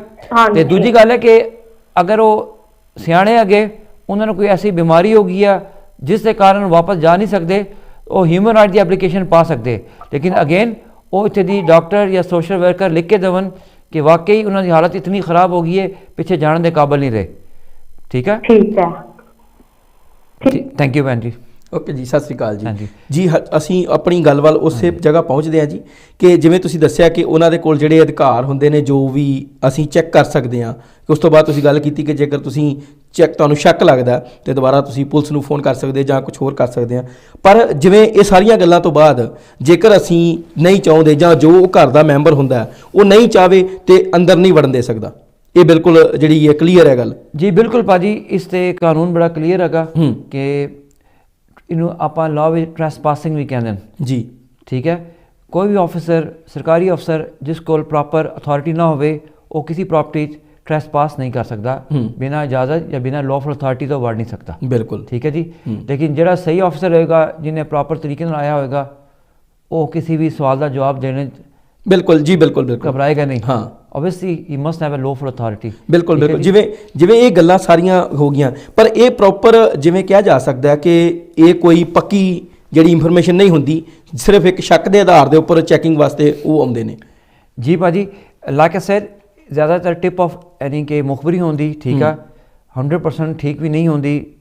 ਕਈ ਦਫਾ ਅਕਸਰ ਦੇਖਿਆ, ਬਲਕਿ ਰਿਪੋਰਟਾਂ, ਹੁਣ ਇਤਨਾ ਪ੍ਰੋਗਰਾਮ ਹੀ ਟਾਈਮ ਨਹੀਂ ਮੈਂ ਤੁਹਾਨੂੰ ਫੈਕਟ ਫਿਗਰ ਦੱਸਾਂ, ਰਿਪੋਰਟਾਂ ਅਕਸਰ ਕਹਿੰਦੀਆਂ ਕਿ ਅਕਸਰ ਰੇਟ ਠੀਕ ਨਹੀਂ ਹੁੰਦੇ, ਉਹ ਸਿਰਫ ਸ਼ੱਕ ਦੀ ਬੇਸ 'ਤੇ ਆਉਂਦੇ, ਠੀਕ ਆ। ਅਗਰ ਇਸ ਦੌਰਾਨ ਉਹਨਾਂ ਆਫਿਸਰ ਨੇ ਕੋਈ ਡੈਮੇਜ ਕੀਤੀ ਪ੍ਰਾਪਰਟੀ 'ਚ ਜਾਂ ਤੁਹਾਨੂੰ ਕੋਈ ਤਕਲੀਫ ਪਹੁੰਚੀ ਹੈ, ਤੁਸੀਂ ਕੰਪਲੇਨ ਕਰਕੇ ਉਹਦੀ ਕੰਪਨਸੇਸ਼ਨ ਵੀ ਲੈ ਸਕਦੇ ਹੋ। ਰੂਲ ਇਹ ਵੀ ਕਹਿੰਦੇ, ਜਾਂ ਤੁਸੀਂ ਆਪਣੇ MP ਨੂੰ ਕੰਪਲੇਨ ਕਰ ਸਕਦੇ ਹੋ ਕਿ ਇਹ ਸਰਕਾਰੀ ਅਫਸਰ ਮੇਰੇ ਘਰ ਵੜੇ, ਉਹਨਾਂ ਇਹ ਨੁਕਸਾਨ ਕੀਤਾ ਜਾਂ ਸਾਨੂੰ ਇਹ ਤਕਲੀਫ ਪਹੁੰਚੀ। ਤੇ ਅਕਸਰ ਆਪਾਂ ਨੇ ਇਸ ਤਰ੍ਹਾਂ ਦੇ ਡੀਲ ਵੀ ਕੀਤੇ, ਸਮ ਟਾਈਮ ਕੰਪਨਸੇਸ਼ਨ ਵੀ ਮਿਲ ਜਾਂਦੀ ਜੀ, ਠੀਕ ਹੈ। ਤੇ ਇਹ ਭਾਜੀ ਇਹ ਹੋ ਗਿਆ ਇਹਨਾਂ ਇਮੀਗ੍ਰੇਸ਼ਨ ਰੇਟ ਦੇ ਦੁਆਰੇ ਅਸੂਲ, ਠੀਕ ਹੈ ਨਾ। ਲੇਕਿਨ ਇਹਦੇ ਨਾਲ ਨਾਲ ਜਿਹੜੀ ਇੰਪੋਰਟੈਂਟ ਚੀਜ਼ ਆਪਾਂ ਸਟੂਡੈਂਟ ਨੂੰ ਦੱਸਣਾ ਚਾਹੁੰਦੇ ਹਾਂ ਅੱਜ ਜੀ, ਕਿ ਜਿਹੜੇ ਸਟੂਡੈਂਟ ਆਪਣੇ ਆ ਰਹੇ, ਖਾਸ ਕਰ ਪੰਜਾਬ ਤੋਂ ਆ ਰਹੇ, ਪਲੀਜ਼ ਪ੍ਰੋਪਰ ਪਲੈਨਿੰਗ ਕਰਕੇ ਆਓ। ਇਸ ਨੀਅਤ ਨਾਲ ਨਾ ਆਓ ਕਿ ਇੱਥੇ ਆ ਕੇ ਤੁਸੀਂ ਇੱਕ ਦਫਾ ਵੜ ਗਏ ਤੇ ਕੁਝ ਵੀ ਕਰ ਲੋਗੇ। ਉਹ ਦਿਨ ਚਲੇ ਗਏ ਕਿ ਜਦੋਂ ਸਟੂਡੈਂਟ ਆ ਕੇ ਯੂਨੀਵਰਸਿਟੀ ਨਹੀਂ ਜਾਂਦੇ ਸਨ, ਉਹ ਦਿਨ ਚਲੇ ਗਏ ਜਦੋਂ ਸਟੂਡੈਂਟ ਆ ਕੇ ਇੱਥੇ ਖੁੱਲ੍ਹਮ ਖੁੱਲ੍ਹਾ ਫਿਰਦੇ ਸਨ ਔਰ ਕੋਈ ਵੀ ਜੌਬ ਕਰਕੇ ਪੈਸੇ ਕਮਾ ਲੈਂਦੇ ਸਨ। ਉਹ ਦਿਨ ਚਲੇ ਗਏ ਜਦੋਂ ਸਟੂਡੈਂਟ ਆ ਕੇ ਇੱਥੇ ਸ਼ਾਦੀਆਂ ਕਰ ਲੈਂਦੇ ਸਨ ਕਿਸੇ ਵੀ ਕੁੜੀ ਨਾਲ, ਯੂਰਪੀਅਨ ਕੁੜੀ ਨਾਲ ਜਾਂ ਬ੍ਰਿਟਿਸ਼ ਨਾਲ, ਠੀਕ ਆ।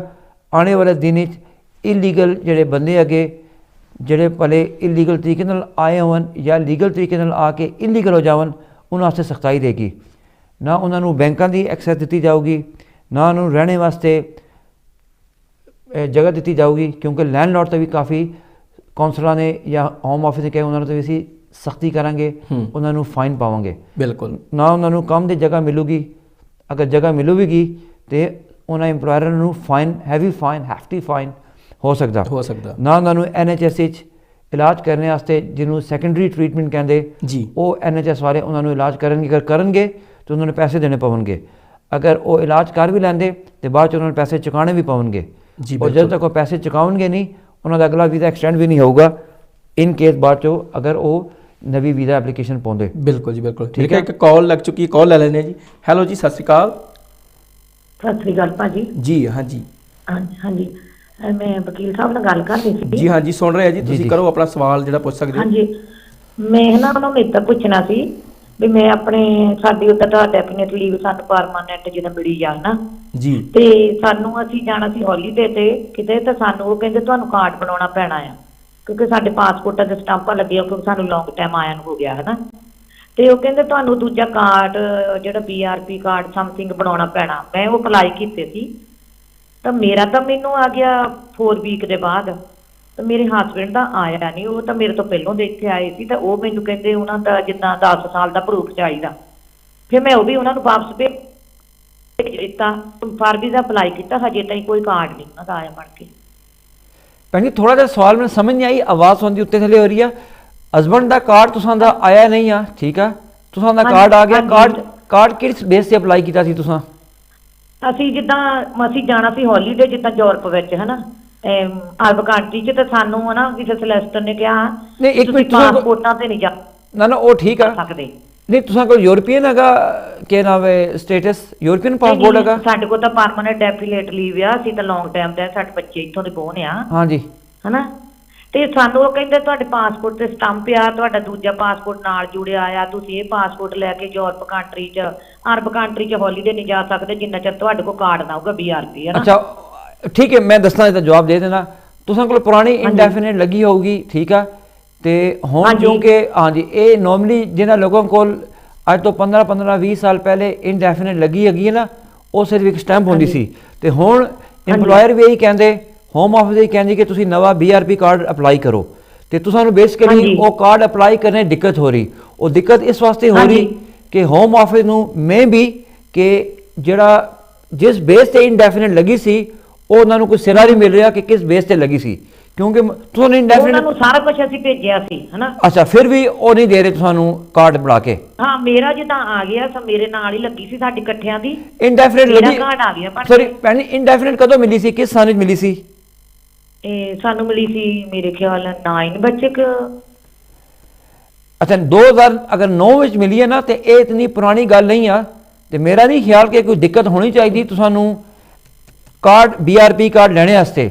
ਤੇ ਬਿਹਤਰ ਤਰੀਕਾ ਹੈਗਾ, ਕਿਉਂਕਿ ਮੈਂ ਮਜ਼ੀਦ ਇਨਫੋਰਮੇਸ਼ਨ ਚਾਹੀਦੀ ਆ, ਅਗਰ ਮੈਂ ਹੋਮ ਆਫਿਸ ਨੂੰ ਪਰਸਿਊ ਕਰਾਂ ਜਾਂ ਚਿੱਠੀ ਲਿਖਾਂ, ਜਾਂ ਸਾਡੇ ਆਫਿਸ ਵਿੱਚ ਗੇੜਾ ਕੱਢ ਲਓ, ਜਾਂ ਜਿਹੜਾ ਵਕੀਲ ਹੈਗਾ ਉਹਨੂੰ ਦੁਬਾਰਾ ਦੱਸੋ ਕਿ ਸਾਡੇ ਕੋਲ ਤੇ ਇਨਡੈਫੀਨਿਟ ਹੈਗੀ ਆ, ਇਹ ਸਾਡੇ ਕੋਲ ਇੰਨਾ ਚਿਰ ਹੈਗਾ UK ਰਹਿਣੇ ਦਾ, ਠੀਕ ਆ, ਤੇ ਇਸ ਵਾਸਤੇ ਸਾਨੂੰ ਕਾਰਡ ਦਿੱਤਾ ਜਾਵੇ। ਠੀਕ ਹੈ ਭੈਣ ਜੀ, ਥੈਂਕ ਯੂ ਭਾਜੀ। ਥੈਂਕ ਯੂ ਜੀ, ਸਤਿ ਸ੍ਰੀ ਅਕਾਲ। ਸਤਿ ਸ੍ਰੀ ਅਕਾਲ। ਬਿਲਕੁਲ ਥੋੜਾ ਜਿਹਾ ਜੀ ਭਾਜੀ ਅਸੀਂ ਨਾਲ ਦੱਸੀ ਜਾਵੇ, ਜਦੋਂ ਸਵਾਲ ਪੁੱਛੋ ਤੇ ਡੇਟਾ ਜ਼ਰੂਰ ਦੱਸੋ, ਕਿਉਂਕਿ ਜਿਹੜੇ ਇਨਡੈਫੀਨਿਟ ਦੀ ਮੋਹਰਾਂ ਲੱਗੀਆਂ ਅੱਜ ਤੋਂ 15 20 ਸਾਲ ਪਹਿਲੇ, ਜੀ ਬਿਲਕੁਲ, ਉਹ ਇੱਕ ਸਿੰਪਲ ਪਾਸਪੋਰਟ ਦੇ ਸਫੇ ਤੇ ਸਿੰਪਲ ਦੀ ਮੋਹਰ ਲੱਗੀ ਆ, ਉਹ ਮੋਹਰ ਲੱਗੀ ਤੇ ਇਨਡੈਫੀਨਿਟ ਦੀ, ਲੇਕਿਨ ਤਕੜੇ ਵਾਲਿਆਂ ਨੂੰ ਮੋਹਰ ਅਸਲੀ ਨਹੀਂ ਲੱਗਦੀ, ਕਿਉਂਕਿ ਇਤਨੀ ਸਾਦਗੀ ਨਾਲ ਸਿੰਪਲ ਦੀ ਮੋਹਰ ਲੱਗੀ ਆ। ਬਿਲਕੁਲ, ਕਿਉਂਕਿ ਵਕਤ ਦੇ ਨਾਲ ਇਮੀਗ੍ਰੇਸ਼ਨ ਵਾਲਿਆਂ ਨੇ ਆਪਣਾ ਸਿਸਟਮ ਸਫਿਸਟੀਕੇਟਿਡ ਤੇ ਕੰਪਲਿਕੇਟਿਡ ਕਰ ਦਿੱਤਾ, ਤੇ ਹੁਣ ਤੇ ਹਰ ਤਰ੍ਹਾਂ ਦੀ ਟੈਕਨੋਲੋਜੀ ਹੈਗੀ ਆ। ਬਿਲਕੁਲ ਠੀਕ ਹੈ, ਤੇ ਕਹਿਣ ਦਾ ਮਤਲਬ ਹੈਗਾ ਕਿ ਤੁਸੀਂ ਅਗਰ ਸਵਾਲ ਦੀ ਡੇਟਾ ਨਿਕਲੋ ਜਾਂ ਥੋੜੀ ਜੀ ਆਪਣੇ ਸਵਾਲ ਨੂੰ ਤਰਤੀਬ ਹੀ ਰੱਖੋ, ਤੇ ਸਵਾਲ ਦਾ ਜਵਾਬ ਦੇਣੇ ਵਿੱਚ ਵੀ ਆਸਾਨੀ ਆ, ਔਰ ਸੁਣਨੇ ਵਾਲਿਆਂ ਨੂੰ ਸੁਣ ਕੇ ਉਸ ਤੋਂ ਫਾਇਦਾ ਵੀ ਚੱਕ ਸਕਦੇ। ਬਿਲਕੁਲ ਬਿਲਕੁਲ, ਜਿਵੇਂ ਕਿ ਤੁਸੀਂ ਗੱਲ ਕੀਤੀ ਸਾਰੀ, ਤੇ ਮੈਂ ਸਮਝਦਾ ਕਿ ਸਾਰੇ ਸਾਡੇ ਜਿਹੜੇ ਲਿਸਨਰ ਨੇ ਉਹ ਇਸ ਗੱਲ ਨੂੰ ਸਮਝ ਗਏ ਹੋਣਗੇ। ਇੱਕ ਕਾਲ ਹੋਰ ਲੱਗ ਚੁੱਕੀ ਹੈ, ਅਸੀਂ ਉਹ ਲੈ ਲੈਂਦੇ। ਫਿਰ ਵੀ ਨਈ ਇਨਫੋਰਮੇਸ਼ਨ ਤੁਹਾਨੂੰ ਮਿਲ ਸਕਦੀ, ਤੇ ਆਫਿਸ ਦੀ ਕਿਸੇ ਟਾਈਮ ਹੀ ਆ ਸਕਦੀ ਹੋ, ਆਪਾਂ ਦੀ ਪਹਿਲੀ ਕੰਸਲਟੇਸ਼ਨ ਫ੍ਰੀ ਹੈਗੀ ਆ, ਤੇ ਭਰਪੂਰ ਤੁਹਾਨੂੰ ਹੈਲਪ ਕਰਾਂਗੇ। ਬਿਲਕੁਲ ਜੀ, ਇੱਕ ਕਾਲ ਹੋਰ ਲੱਗ ਚੁੱਕੀ ਹੈ, ਲੈ ਲੈਂਦੇ। ਹੈਲੋ ਜੀ, ਸਤਿ ਸ੍ਰੀ ਅਕਾਲ। ਸਤਿ ਸ਼੍ਰੀ ਅਕਾਲ ਭਾਜੀ। ਜੀ ਹਾਂਜੀ, ਦੋਵਾਂ ਭਾਵਾਂ ਨੂੰ ਸਤਿ ਸ਼੍ਰੀ ਅਕਾਲ ਜੀ। ਤੇ ਮੇਰਾ ਸਵਾਲ ਇਹ ਸੀ, ਜਿੱਦਾਂ ਮੇਰੀ ਭੂਆ ਆਈ ਸੀ 2021 ਚ ਡਿਪੈਂਡੈਂਟ ਵੀਜ਼ੇ ਤੇ। ਜੀ ਹਾਂਜੀ, ਤੁਸੀਂ ਪੁੱਛੀ ਜਾਓ ਜੀ, ਸਵਾਲ ਪੁੱਛੀ ਜਾਓ ਭਾਜੀ, ਸੁਣਿਆ ਕਰ ਲਓ। ਅੱਛਾ ਤੇ ਉਹ ਆਏ ਸੀ ਡਿਪੈਂਡੈਂਟ ਤੇ ਆਏ ਸੀ, ਤੇ ਉਹਨਾਂ ਨੂੰ ਕਾਰਡ ਮਿਲਿਆ ਸੀ 2021 ਦਸੰਬਰ ਨੂੰ, ਤੇ ਉਹ ਚਲੇ ਗਏ 4 ਮਹੀਨੇ ਵਾਸਤੇ ਨਾ ਇੰਡੀਆ ਗਏ ਸੀ, ਤੇ ਫਿਰ ਆਏ ਸੀ ਉਹ 22 ਚ, ਤੇ 22 ਚ ਫਿਰ ਦਸੰਬਰ ਨੂੰ ਚਲੇ ਗਏ, 3 ਮਹੀਨੇ ਰਹਿ ਕੇ ਆਏ ਨੇ। ਹੁਣ ਅੱਗੋਂ ਜਾ ਸਕਦੇ ਨੇ ਕਿ 3 ਸਾਲ ਦਾ ਵੀਜ਼ਾ ਇਹਨਾਂ ਕੋਲ? ਭਾਜੀ ਜਿਹੜੀ ਭੂਆ ਕੋਲ ਵੀਜ਼ਾ ਕਿਹੜਾ ਡਿਪੈਂਡੈਂਟ ਵੀਜ਼ਾ ਮਿਲਿਆ ਸੀ? ਉਹ ਯੂਰੋਪੀਅਨ ਜਿਹੜੇ ਇਟਲੀ ਪਾਸਪੋਰਟ ਹੈ। ਅੱਛਾ ਮੈਂ ਸਮਝ ਗਿਆ, ਉਹਨਾਂ ਨੂੰ ਬੇਸਿਕਲੀ ਪਹਿਲੇ 6 ਮਹੀਨੇ ਦਾ ਮਿਲਿਆ, ਫਿਰ 5 ਸਾਲ ਦਾ ਮਿਲਿਆ, ਠੀਕ ਆ? ਹਾਂਜੀ ਹਾਂਜੀ ਤੇ ਉਹ ਹੁਣ ਤੁਸੀਂ ਕਹਿ ਰਹੇ, ਹਾਂਜੀ ਮੈਂ ਸਮਝ ਗਿਆ, 5 ਸਾਲ ਦਾ ਯੂਰੋਪੀਅਨ ਵੀਜ਼ਾ ਮਿਲਿਆ, 5 ਸਾਲਾਂ ਬਾਅਦ ਪੱਕੇ ਹੋਣਗੇ, ਲੇਕਿਨ ਉਹ ਹਰ ਸਾਲ ਇੰਡੀਆ ਚਲੇ ਜਾਂਦੇ। ਮੈਂ ਪਹਿਲੇ ਦੱਸਿਆ ਕਿ 1 ਸਾਲ ਹੀ 90 ਦਿਨ ਤੱਕ ਰਵਣ ਤੇ ਠੀਕ ਆ, ਅਗਰ ਉਹ 90 ਦਿਨ ਤੋਂ ਜ਼ਿਆਦਾ ਰਵਣਗੇ ਬਿਨਾਂ ਕਿਸੇ ਸੋਲਿਡ ਰੀਜ਼ਨ ਤੋਂ, ਤੇ ਜਦੋਂ 5 ਸਾਲ ਬਾਅਦ ਪੱਕੇ ਹੋਣੇ ਵਾਸਤੇ ਅਪਲਾਈ ਕਰਨਗੇ, ਤੇ ਹੋਮ ਆਫਿਸ ਦੁਬਾਰਾ ਕਹੋਗੇ ਕਿ ਤੁਸੀਂ ਉਹ ਸਾਲ ਦੁਬਾਰਾ ਪੂਰਾ ਕਰੋ ਜਿਸ ਤੁਸੀਂ 90 ਦਿਨ ਤੋਂ ਜ਼ਿਆਦਾ ਬਾਹਰ ਰਹੇ ਹੋ। ਉਹਨਾਂ ਨੂੰ 2024 ਤੱਕ ਮਿਲਿਆ ਨਾ, 3 ਸਾਲ ਦਾ ਮਿਲਿਆ ਸੀ, ਤੇ ਹੁਣ ਜਿੱਦਾਂ 2 ਵਾਰ ਜਾਏ ਨੇ 4 ਮਹੀਨੇ। ਨਹੀਂ ਭਾਜੀ, ਉਹ 2024 ਤੱਕ ਸਿਰ ਕਾਰਡ ਦੀ ਵੈਲਿਡਿਟੀ ਆ, ਠੀਕ ਆ? ਵੀਜ਼ਾ ਜਿਹੜਾ ਯੂਰਪੀਅਨ ਦਾ ਨੋਰਮਲੀ 5 ਸਾਲ ਦਾ ਹੀ ਹੁੰਦਾ, 5 ਸਾਲ ਦਾ EU ਦਾ ਪਰਮਿਟ ਹੁੰਦਾ, ਕਿਉਂਕਿ 2024 ਦੇ ਐਂਡ ਵਿੱਚ ਇਹ ਕਾਰਡ ਸਾਰੇ ਖਤਮ ਹੋ ਰਹੇ। ਉਹ ਕਾਰਡ ਦੀ ਵੈਲਿਡਿਟੀ ਹੈਗੀ ਆ, ਵੀਜ਼ੇ ਦੀ ਵੈਲਿਡਿਟੀ ਨਹੀਂ ਆ। ਜਿਹੜਾ ਵੀਜ਼ਾ 5 ਸਾਲ ਦਾ ਹੀ ਹੋਏਗਾ ਯੂਰਪੀਅਨ। ਅੱਛਾ ਅੱਛਾ, ਨਹੀਂ ਮੇਰੇ ਕਹਿਣ ਦਾ ਮਤਲਬ ਇਹ ਸੀ ਵੀ ਜਿੱਦਾਂ ਹੁਣ 4 ਮਹੀਨੇ ਪਹਿਲੇ ਲਾਏ, ਦੂਜੇ ਸਾਲ 'ਚ 3 ਮਹੀਨੇ ਲਾਏ, ਹੁਣ ਜਾ ਸਕਦੇ ਹੋਰ ਭਾਜੀ 2 ਮਹੀਨੇ ਜਿਹੜੇ ਉਹ ਜਾ ਸਕਦੇ ਨੇ। ਇੱਕ ਸਾਲ ਹੀ ਨਾਰਮਲੀ 90 ਦਿਨ ਦੀ ਲਿਮਿਟ ਹੁੰਦੀ ਆ। ਉਹ 4 ਮਹੀਨੇ ਰਹੇ ਨੇ 1 ਮਹੀਨੇ 'ਚ ਨਾ। ਹਾਂਜੀ, ਤੇ ਦੂਜੇ ਫਿਰ 'ਚ ਉਹ ਜਦੋਂ ਪੱਕਾ ਹੋਣਾ ਸੇ ਅਪਲਾਈ ਕਰਨਗੇ ਨਾ, ਤੇ ਹੋਮ ਆਫਿਸ ਉਹਨਾਂ ਨੂੰ ਪੱਕਾ ਨਹੀਂ ਕਰੂਗੀ, ਉਹਨਾਂ ਨੂੰ ਆਖੋਗੀ ਉਹ ਸਾਲ ਦੁਬਾਰਾ ਸਿਰੇ ਤੋਂ ਪੂਰਾ ਕਰੋ ਤੁਸੀਂ। ਨੇ ਟੋਟਲ ਜਿੱਦਾਂ 3 ਸਾਲਾਂ 'ਚ ਕਿੰਨੇ ਰਹਿ ਸਕਦੇ ਦਿਨ? ਮੈਂ ਉਹੀ ਦੱਸ ਰਿਹਾ, ਇੱਕ ਸਾਲ ਹੀ 90 ਦਿਨ ਦੀ ਲਿਮਿਟ ਹੁੰਦੀ ਹੈ ਨਾਰਮਲੀ। ਅੱਛਾ, 90 ਦਿਨ ਹੁੰਦੀ ਹੈ 1 ਸਾਲ ਦੇ ਵਿੱਚ ਜੀ, 90 ਡੇਜ਼ ਦੀ। ਠੀਕ ਹੈ ਜੀ, ਓਕੇ ਓਕੇ, ਠੀਕ ਹੈ ਜੀ, ਠੀਕ ਹੈ ਭਾਜੀ, ਥੈਂਕ ਯੂ ਜੀ, ਥੈਂਕ ਯੂ ਜੀ। ਸਤਿ ਸ਼੍ਰੀ ਅਕਾਲ ਜੀ। ਸਤਿ ਸ਼੍ਰੀ ਅਕਾਲ ਜੀ। ਜਿਵੇਂ ਇਹ ਸਾਰੀ ਗੱਲਬਾਤ ਉਹਨਾਂ ਨੇ ਵੀ ਕੀਤੀ, ਕੁਛ ਇਹਦੇ ਬਾਰੇ ਵੀ ਹੋਰ ਜਿਹੜੀ ਜਾਣਕਾਰੀ ਜੇਕਰ ਤੁਸੀਂ ਦੇਣਾ ਚਾਹੁੰਦੇ ਡਿਟੇਲ ਜੀ ਦੇ ਭਾਜੀ, ਵਿੱਚ। ਇਹਨੂੰ ਕਹਿੰਦੇ ਨੇ ਹੈਬਿਚੁਅਲ ਰੈਜ਼ੀਡੈਂਸੀ ਰਿਕੁਆਇਰਮੈਂਟ। ਜਿਹੜੇ ਵੀ ਬੰਦੇ ਇਸ ਯੂਕੇ ਸੈਟਲਮੈਂਟ ਦੇ ਵੀਜ਼ੇ ਤੇ ਰਹਿ ਰਹੇ ਹੁੰਦੇ, ਨਾਰਮਲੀ 90 ਦਿਨ ਦਾ ਅਸੂਲ ਲੱਗਦਾ ਕਿ 90 ਦਿਨ ਤੋਂ ਜ਼ਿਆਦਾ ਨਹੀਂ ਰਹਿਣਾ ਚਾਹੀਦਾ। ਅਗਰ ਤੁਸੀਂ 90 ਦਿਨ ਤੋਂ ਜ਼ਿਆਦਾ ਰਹਿੰਦੇ ਹੋ ਤਾਂ ਤੁਹਾਡੇ ਕੋਲ ਬੜਾ ਸੋਲਿਡ ਕਾਰਨ ਹੋਣਾ ਚਾਹੀਦਾ ਕਿ ਕੋਈ ਬਿਮਾਰੀ ਹੋਈ ਆ, ਜਾਂ ਕੋਈ ਕੋਰੋਨਾ ਜੈਸੀ ਕੋਈ ਸਿਚੁਏਸ਼ਨ ਹੋਈ ਆ, ਸਬੂਤ ਜਿਹੜਾ ਕੋਈ ਤੁਸੀਂ ਡਾਕਟਰੀ ਸਬੂਤ ਜਾਂ ਕੁਝ ਜੈਸੀ ਸਿਚੁਏਸ਼ਨ ਹੋਈ ਆ ਜਾਂ ਬਿਮਾਰੀ ਹੋਈ ਆ। ਅਦਰਵਾਈਜ਼ ਜਿਸ ਸਾਲ ਹੀ ਤੁਸੀਂ 90 ਦਿਨ ਤੋਂ ਜ਼ਿਆਦਾ ਰਹੇ ਹੋ, ਤੁਸੀਂ ਉਹ ਸਾਲ ਦੁਬਾਰਾ ਪੂਰਾ ਕਰਨਾ ਪੈਂਦਾ ਜੀ, ਹੈ ਬਿਲਕੁਲ। ਤਾਂ ਕਿ ਤੁਸੀਂ ਹੈਬਿਚੁਅਲ ਰੈਜ਼ੀਡੈਂਸੀ ਦੀ ਰਿਕੁਆਇਰਮੈਂਟ ਮੀਟ ਕਰ ਸਕੋ। ਹਾਂ ਬਿਲਕੁਲ। ਇਹ ਯੂਰਪ ਜਿਹੜੇ ਯੂਰਪ ਦੇ ਪਹਿਲੇ ਯੂਰਪੀਅਨ ਹੋਵਨ, ਜਾਂ ਪਹਿਲੇ ਕਿਸੇ ਨੇ ਬ੍ਰਿਟਿਸ਼ ਨਾਲ ਸ਼ਾਦੀ ਕਰਕੇ ਆਏ ਹੋਏ ਹੋਵਨ, ਜਾਂ ਪਹਿਲੇ ਵਰਕ ਪਰਮਿਟ ਤੇ ਹੋਵਨ। ਖੈਰ ਵਰਕ ਪਰਮਿਟ ਵਾਲੇ 60 ਦਿਨ ਤੋਂ ਜ਼ਿਆਦਾ ਵੈਸੇ ਵੀ ਰਹਿਣਾ ਨਹੀਂ ਚਾਹੀਦਾ। ਤੇ ਨਾਰਮਲੀ ਜਿਹੜੀ ਸੈਟਲਮੈਂਟ ਦੀ ਕੈਟਾਗਰੀ ਨੇ, ਇਹ ਉਹਨਾਂ ਵਾਸਤੇ ਰੂਲ ਅਪਲਾਈ ਹੁੰਦਾ। ਬਿਲਕੁਲ ਜੀ ਜੀ। ਤੇ ਹੋਰ ਅਸੀਂ ਗੱਲਬਾਤ ਕਰਦੇ, ਜਿਵੇਂ ਅਸੀਂ ਪਹਿਲਾਂ ਸ਼ੁਰੂਆਤ ਦੇ ਵਿੱਚ ਗੱਲ ਕੀਤੀ, ਜਿਹੜੀ ਰੇਡਸ ਪੈਂਦੀ ਹੈ ਜਾਂ ਇਮੀਗ੍ਰੇਸ਼ਨ ਦੀ ਚੈਕਿੰਗ ਜਿਹੜੀ ਹੁੰਦੀ ਹੈ, ਉਹਦੇ ਹੋਰ ਕੋਈ ਕਾਰਨ ਜਿਹੜੇ ਹੋਰ ਕਿਹੜੇ ਹੋ ਸਕਦੇ ਨੇ ਜਿਨ੍ਹਾਂ ਕਾਰਨਾਂ ਕਰਕੇ ਇਹ ਜਿਹੜੀ ਚੈਕਿੰਗ ਹੋ ਰਹੀ ਹੈ ਵੱਖ-ਵੱਖ ਥਾਵਾਂ ਦੇ ਉੱਪਰ, ਜਾਂ ਜੋ ਵੀ ਜਿਹੜੀਆਂ ਨਿਊਜ਼ ਜਿਹੜੀਆਂ ਉਹ ਸਾਹਮਣੇ ਆ ਰਹੀਆਂ ਨੇ, ਉਹਨਾਂ ਬਾਰੇ ਕੋਈ ਹੋਰ ਜਾਣਕਾਰੀ ਜੇਕਰ ਤੁਹਾਡੇ ਕੋਲ ਹੋਵੇ? ਜੀ ਭਾਜੀ, ਚੈਕਿੰਗ ਦਾ ਇੱਕ ਮਕਸਦ ਇਹ ਵੀ ਹੁੰਦਾ ਕਿ ਓਵਰਆਲ ਇੰਪ੍ਰੈਸ਼ਨ ਦਿੱਤਾ ਜਾਵੇ ਕਿ ਯੂਕੇ 'ਚ, ਕਿਉਂਕਿ ਹੁਣ ਆਪਣਾ ਦੇਖਿਆ ਸਟੂਡੈਂਟ ਤੋਂ ਲੈ ਕੇ ਵਰਕ ਪਰਮਿਟ ਤੋਂ ਲੈ ਕੇ ਹੈਲਥ ਕੇਅਰ ਦੇ ਵੀਜ਼ੇ ਤੋਂ ਲੈ ਕੇ ਸਪਾਂਸਰ ਲਾਇਸੈਂਸ ਤੋਂ ਲੈ ਕੇ ਹਰ ਚੀਜ਼ ਵਿੱਚ ਹਕੂਮਤ ਵੀਜ਼ੇ ਦੇ ਰਹੀ ਹੈ, ਨਰਮੀ ਵਰਤੀ ਆ। ਠੀਕ ਆ, ਕਿਉਂਕਿ ਜਦੋਂ ਬੰਦੇ ਜ਼ਿਆਦਾ ਵਾੜ ਆਉਂਦੇ ਨੇ ਕੰਟਰੀ ਦੇ ਅੰਦਰ, ਜੀ ਬਿਲਕੁਲ, ਔਰ ਬੰਦੇ ਜਦੋਂ ਡਿਪੋਰਟ ਘੱਟ ਹੁੰਦੇ ਨੇ ਤੇ ਹਕੂਮਤ ਦਾ ਜਿਹੜਾ ਨੈਟ ਮਾਈਗ੍ਰੇਸ਼ਨ ਰੇਟ ਵੱਧ ਜਾਂਦਾ, ਤੇ ਉਸ ਨੈਟ ਮਾਈਗ੍ਰੇਸ਼ਨ ਰੇਟ ਨੂੰ ਕੰਟਰੋਲ ਕਰਨ ਵਾਸਤੇ ਵੀ ਹਕੂਮਤ ਸਖਤਾਈ ਕਰਦੀ ਆ।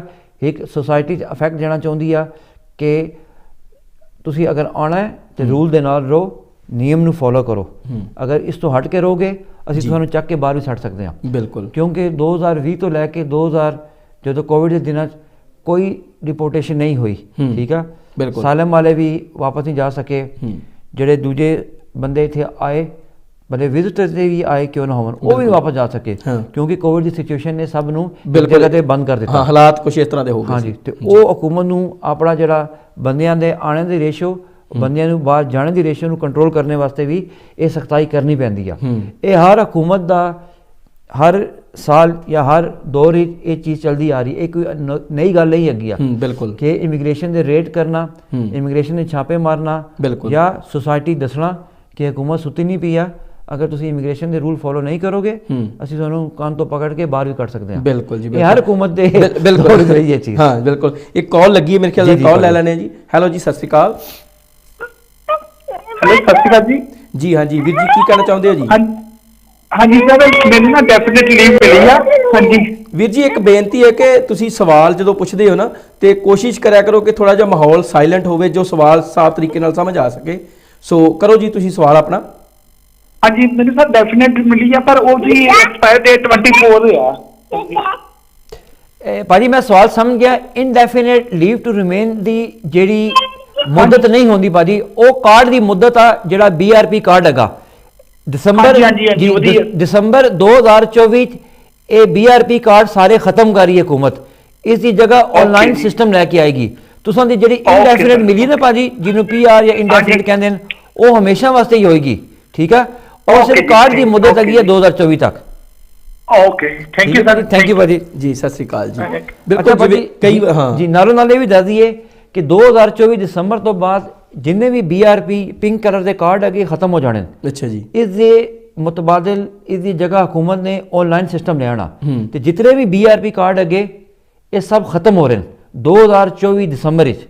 ਠੀਕ ਆ, ਇਹ ਕਾਰਡ ਜਿਹੜਾ ਹੁੰਦਾ ਨਾ ਭਾਜੀ, ਇਸ ਕਾਰਡ ਦੀ ਮੁੱਦਤ ਹੁੰਦੀ ਆ ਸੇਮ ਜਿਸ ਤਰ੍ਹਾਂ ਡਰਾਈਵਿੰਗ ਲਾਇਸੈਂਸ। ਬਿਲਕੁਲ ਜੀ ਜੀ, ਅਰਸੇ ਤੱਕ ਉਹਦੀ ਮੁੱਦਤ ਹੁੰਦੀ ਹੈ। ਬੈਂਕ ਕਾਰਡ ਹੁੰਦਾ, ਉਹਦੀ ਵੀ 3 ਤੋਂ 5 ਸਾਲ ਦੀ ਮੁੱਦਤ ਹੁੰਦੀ ਆ। ਇਹ ਕਾਰਡ ਦੀ ਮੁੱਦਤ ਆ। ਲੇਕਿਨ ਹਕੂਮਤ ਨੇ ਨਵੀਂ ਇੱਕ ਪਾਲਿਸੀ ਲੈ ਕੇ ਆ ਰਹੀ ਕਿ ਦਸੰਬਰ 2020 ਜਿਨ੍ਹਾਂ ਨੂੰ ਇਹ ਕਾਰਡ ਮਿਲੇ ਭਲੇ ਉਹ ਯੂਰਪੀਅਨ ਹੋਵਣ, ਭਲੇ ਉਹ ਵਰਕ ਪਰਮਿਟ 'ਤੇ ਹੋਵਣ, ਭਲੇ ਜਿਨ੍ਹਾਂ ਕੋਲ ਇਨਡੈਫੀਨਿਟ ਹੋਊ ਜੀ, ਠੀਕ ਆ, ਇਹ ਕਾਰਡ ਸਾਰੇ ਖਤਮ ਕਰਨ, ਇਸ ਜਗ੍ਹਾ ਇੱਕ ਨਵਾਂ ਆਨਲਾਈਨ ਸਿਸਟਮ ਲੈ ਕੇ ਆਵਾਂਗੇ। ਜੀ ਬਿਲਕੁਲ, ਜਿਵੇਂ ਤੁਸੀਂ ਗੱਲ ਕੀਤੀ ਕਿ ਨਵਾਂ ਆਨਲਾਈਨ ਸਿਸਟਮ ਆਉਣਾ ਹੈ, ਉਹਦੇ ਲਈ ਵੀ ਕੋਈ ਨਾ ਕੋਈ ਤੁਹਾਡੇ ਕੋਲ ਜਾਣਕਾਰੀ ਹੈ ਕਿ ਕੀ ਨਵੀਂ ਜਿਹੜੀ ਚਾਹੇ ਉਹ ਮੋਹਰ ਹੋਵੇਗੀ ਜਾਂ ਕੁਝ ਹੋਰ ਜਿਹੜੇ ਜੀ ਭਾਜੀ, ਉਹ ਨਵਾਂ ਸਿਸਟਮ ਆਨਲਾਈਨ ਹੋਊਗਾ। ਜਿਸ ਤਰ੍ਹਾਂ ਅੱਜ ਦੀ ਡੇਟ ਵਿੱਚ ਆਪਾਂ ਤੱਕ ਰਹੇ ਹਾਂ, ਕਿਸੇ ਨੂੰ ਆਪਣਾ ਅਗਰ ਰਾਈਟ ਟੂ ਵਰਕ ਪ੍ਰੂਫ ਕਰਨਾ ਹੈਗਾ ਤੇ ਉਹ ਸ਼ੇਅਰ ਕੋਡ ਲੈਂਦਾ ਵੇ ਹੋਮ ਆਫਿਸ ਕੋਲੋਂ ਡਿਜੀਟਲੀ। ਬਿਲਕੁਲ, ਇਹ ਵੀ ਡਿਜੀਟਲ ਸਾਰਾ ਕੰਮ ਹੋਊਗਾ ਕਿ ਫਰਜ਼ ਕਰੋ ਮੇਰਾ ਵੀਜ਼ਾ ਅਗਰ ਹੋਮ ਆਫਿਸ ਕਿਸੇ ਬੰਦੇ ਨੇ ਚੈੱਕ ਕਰਨਾ ਤੇ ਮੈਂ ਆਪਣਾ ਨਾਂ, date of birth home office ਦਊਂਗਾ ਤੇ ਉਹ ਆਨਲਾਈਨ ਹੀ ਇੰਪਲਾਇਰ ਨੂੰ ਦੱਸ ਦੂਗਾ ਬਿਲਕੁਲ ਕਿ ਇਸ ਬੰਦੇ ਕੋਲ ਪੱਕੀ ਮੋਹਰ ਹੈਗੀ ਹੈ ਜੋ ਵੀ ਹੈਗਾ, ਸਵਾਏ ਬ੍ਰਿਟਿਸ਼ ਪਾਸਪੋਰਟ ਨੂੰ ਛੋੜ ਕੇ। ਅੱਜ ਕੱਲ੍ਹ ਤੇ ਬ੍ਰਿਟਿਸ਼ ਪਾਸਪੋਰਟ ਵੀ ਭਾਜੀ ਫਿਜ਼ੀਕਲ ਜਿਹੜੇ ਨਹੀਂ ਪੈਂਦੇ, ਸਿਰਫ ਰੈਫਰੈਂਸ ਨੰਬਰ ਦਿਓ ਤੇ ਤੁਹਾਡਾ ਸਟੇਟਸ ਪਤਾ ਲੱਗ ਜਾਂਦਾ। ਠੀਕ ਹੈ ਤੇ ਜੀ, ਸਾਰਾ ਹਕੂਮਤ ਦਾ ਜਿਹੜਾ ਇੱਕ ਡਿਜੀਟਲ ਵਿਜ਼ਨ ਹੈਗਾ, ਕਿਉਂਕਿ ਦੁਨੀਆ ਇੱਕ ਡਿਜੀਟਲ ਬਣ ਰਹੀ ਆ, ਸਾਰਾ ਕੁਝ ਡਿਜੀਟਲਾਈਜ਼ ਹੋ ਰਿਹਾ। ਇਸ ਤਰ੍ਹਾਂ ਅਗਰ ਤੁਹਾਨੂੰ ਯਾਦ ਹੋਵੇ ਡਰਾਈਵਿੰਗ ਲਾਇਸੈਂਸ ਦੇ ਜਿਹੜੇ ਕਾਊਂਟਰ ਪਾਰਟ ਹੁੰਦੇ ਸਨ, ਪਹਿਲੇ ਇੱਕ ਪੇਪਰ ਹੁੰਦਾ ਸੀ, ਬਿਲਕੁਲ ਪੇਪਰ ਹੁਣ ਖਤਮ ਹੋ ਗਿਆ। ਬਿਲਕੁਲ, ਤੇ ਇਸੇ ਤਰ੍ਹਾਂ ਵੀ ਇਮੀਗ੍ਰੇਸ਼ਨ ਦੇ ਦੁਆਰਾ ਵੀ ਸਾਰੀ ਟੈਕਨੋਲੋਜੀ ਆ ਰਹੀ ਹੁਣ। ਠੀਕ ਹੈ ਜੀ, ਮੇਰੇ ਖਿਆਲ ਕਾਲ ਲੱਗ ਚੁੱਕੀ ਜੀ, ਕਾਲ ਲੈ ਬਿਲਕੁਲ ਲੈਣੇ। ਹੈਲੋ ਜੀ, ਸਤਿ ਸ਼੍ਰੀ ਅਕਾਲ। ਹੈਲੋ, ਸਤਿ ਸ਼੍ਰੀ ਅਕਾਲ ਜੀ। ਜੀ ਹਾਂਜੀ ਵੀਰ ਜੀ। ਹਾਂਜੀ ਭਾਜੀ, ਮੈਂ ਪੁੱਛਣਾ ਸੀ ਆਪਾਂ ਨੂੰ ਨਾ 10 ਈਅਰ ਰੂਟ ਤੇ ਜਿੱਦਾਂ ਵੀਜ਼ਾ ਮਿਲਿਆ ਸੀਗਾ 2.5 ਈਅਰ ਦਾ ਜੀ, ਤੇ ਉਹ ਹੁਣ ਜਿਹੜਾ ਨਵਾਂ ਬਿਜ਼ਨਸ ਵੀਜ਼ਾ ਚੱਲਿਆ ਹੈਗਾ 3 ਸਾਲ ਦਾ, ਆਪਾਂ ਬਿਲਡਿੰਗ ਕੰਪਨੀ ਮੈਂ ਰਜਿਸਟਰ ਕੀਤੀ ਸੀ ਰੀਸੈਂਟਲੀ, ਤੇ ਉਹਦੇ ਵਿੱਚ ਸਵਿਚ ਕਰ ਸਕਦੇ ਆ ਆਪਾਂ ਵੀਜ਼ਾ? ਜੀ ਭਾਜੀ, ਥੈਂਕ ਯੂ ਸਵਾਲ ਪੁੱਛਣ ਦਾ। ਜਿਹੜਾ ਨਵਾਂ ਬਿਜ਼ਨਸ ਵੀਜ਼ਾ ਆਇਆ ਇਹਨੂੰ ਕਹਿੰਦੇ ਨੇ ਇਨੋਵੇਟਰ ਫਾਊਂਡਰ ਵੀਜ਼ਾ। ਅੱਛਾ, ਪਿਛਲੇ ਪ੍ਰੋਗਰਾਮ ਵਿੱਚ ਸ਼ਾਇਦ ਮੇਰੇ ਖਿਆਲ ਕਿਸੇ ਨੇ ਸਵਾਲ ਪੁੱਛਿਆ ਸੀ, ਇਹ ਮੈਂ ਇਹਦੀ ਐਕਸਪਲੇਨੇਸ਼ਨ ਨਹੀਂ ਕਰ ਸਕਾਂ। ਅਸੂਲ ਇਹ ਵੇ ਕਿ ਜਿਹੜਾ ਇਨੋਵੇਟਰ ਫਾਊਂਡਰ ਵੀਜ਼ਾ ਹੋਵੇ ਇਹ ਕਿਸੇ ਨਵੇਂ ਬਿਜ਼ਨਸ ਵਾਸਤੇ ਹੋਵੇ, ਅਸੂਲ ਇਹ ਕਹਿੰਦਾ। ਤੇ ਅਗਰ ਤੁਸੀਂ 10 ਸਾਲਾਂ ਨੂੰ ਤੁਸੀਂ ਬਿਜ਼ਨਸ ਵੀਜ਼ਾ ਇਸ ਨੀਅਤ ਨਾਲ ਲੈਣਾ ਚਾਹੁੰਦੇ ਹੋ ਕਿ ਮੈਂ 10 ਸਾਲਾਂ ਨੂੰ 3 ਸਾਲਾਂ ਚੇਂਜ ਕਰਕੇ ਪੱਕਾ ਹੋ ਜਾਵਾਂ, ਕਰ ਤੇ ਤੁਸੀਂ ਸਕਦੇ ਹੋ ਤੁਸੀਂ, ਠੀਕ ਹੈ, ਲੇਕਿਨ ਇਸੇ ਪਹਿਲੀ ਸ਼ਰਤ ਤੁਹਾਨੂੰ ਜਿਹੜੀ ਰੋਕੇਗੀ ਉਹ ਇਹ ਰੋਕੇਗੀ ਕਿ ਬਿਜ਼ਨਸ ਨਵਾਂ ਹੋਵੇ, ਠੀਕ ਹੈ, ਇਨੋਵੇਟਿਵ, ਵਾਇਬਲ, ਸਕੇਲੇਬਲ। ਇਹ ਉਹਦੀ 3 ਉਹਨਾਂ ਐਲੀਮੈਂਟ ਦਿੱਤੇ ਨੇ। ਦੂਜੀ ਗੱਲ ਹੈ ਕਿ ਜਿਹੜੇ ਹਿਊਮਨ ਰਾਈਟ ਵੀਜ਼ੇ ਤੇ ਹੁੰਦੇ, ਜਿਸ ਤਰ੍ਹਾਂ ਤੁਸੀਂ ਉਹ 2.5 ਸਾਲ ਦੇ ਵੀਜ਼ੇ ਤੇ, ਉਹਨਾਂ ਨੂੰ ਅਲਾਉ ਨਹੀਂ ਹੁੰਦਾ ਕਿ ਉਹ ਬਿਜ਼ਨਸ ਵੀਜ਼ੇ ਤੇ ਜਾਵਣ ਜਾਂ ਪੁਆਇੰਟ ਬੇਸ ਵੀਜ਼ਾ ਕੈਟੇਗਰੀ ਜਾਵਣ। ਆਈ ਥਿੰਕ ਪਿਛਲੇ ਪ੍ਰੋਗਰਾਮ ਵਿੱਚ ਮੈਂ ਸ਼ਾਇਦ ਕਲੀਅਰ ਨਹੀਂ ਕਰ ਸਕਾਂ, ਲੇਕਿਨ ਬਾਅਦ 'ਚੋਂ ਮੈਂ ਇਹ ਵਜ਼ਾਹਤ ਦੇ ਦਿੱਤੀ ਸੀ ਇਸ ਦੀ ਕਿ ਤੁਹਾਨੂੰ ਇਹ ਵੀਜ਼ਾ 10 ਸਾਲਾਂ ਦੇ ਰੂਟ ਤੋਂ 3 ਸਾਲਾਂ ਦੇ ਇਸ ਇਨੋਵੇਟਰ ਫਾਊਂਡਰ ਵਿੱਚ ਚੇਂਜ ਕਰਨ ਵਾਸਤੇ ਤੁਹਾਨੂੰ ਮੈਂ ਵੀ ਹੋਮ ਆਫਿਸ ਇਜਾਜ਼ਤ ਨਾ ਦਿਓ, ਕਿਉਂਕਿ ਹਿਊਮਨ ਰਾਈਟ ਤੋਂ ਅਲਾਉ ਨਹੀਂ ਹੁੰਦਾ। ਇਹ ਥੋੜੀ ਜਿਹੀ ਸੀ ਟੈਕਨੀਕਲ ਪ੍ਰੋਬਲਮ ਹੈਗੀ ਆ, ਲੇਕਿਨ ਚੂੰਕਿ ਇਹ 14 ਅਪ੍ਰੈਲ ਨੂੰ ਰੂਲ ਆਇਆ, ਹਾਲੀ ਕਿਸੇ ਨੇ ਅਪਲਾਈ ਵੀ ਨਹੀਂ ਕੀਤਾ ਤੇ ਇਸ ਵਾਸਤੇ ਪਬਲਿਕ ਦੀ ਗੱਲ ਹਾਲੀ ਲੋਕਾਂ ਨੂੰ ਪਤਾ ਵੀ ਨਹੀਂ ਹੈਗੀ। ਲੇਕਿਨ ਅਗਰ ਤੁਹਾਡਾ ਬਿਜ਼ਨਸ ਵਾਕਈ ਆਈਡੀਆ ਚੰਗਾ ਹੈਗਾ ਤੇ ਤੁਸੀਂ ਇੰਡੋਰਸਿੰਗ ਬਾਡੀ ਨੂੰ ਕੰਟੈਕਟ ਕਰੋ।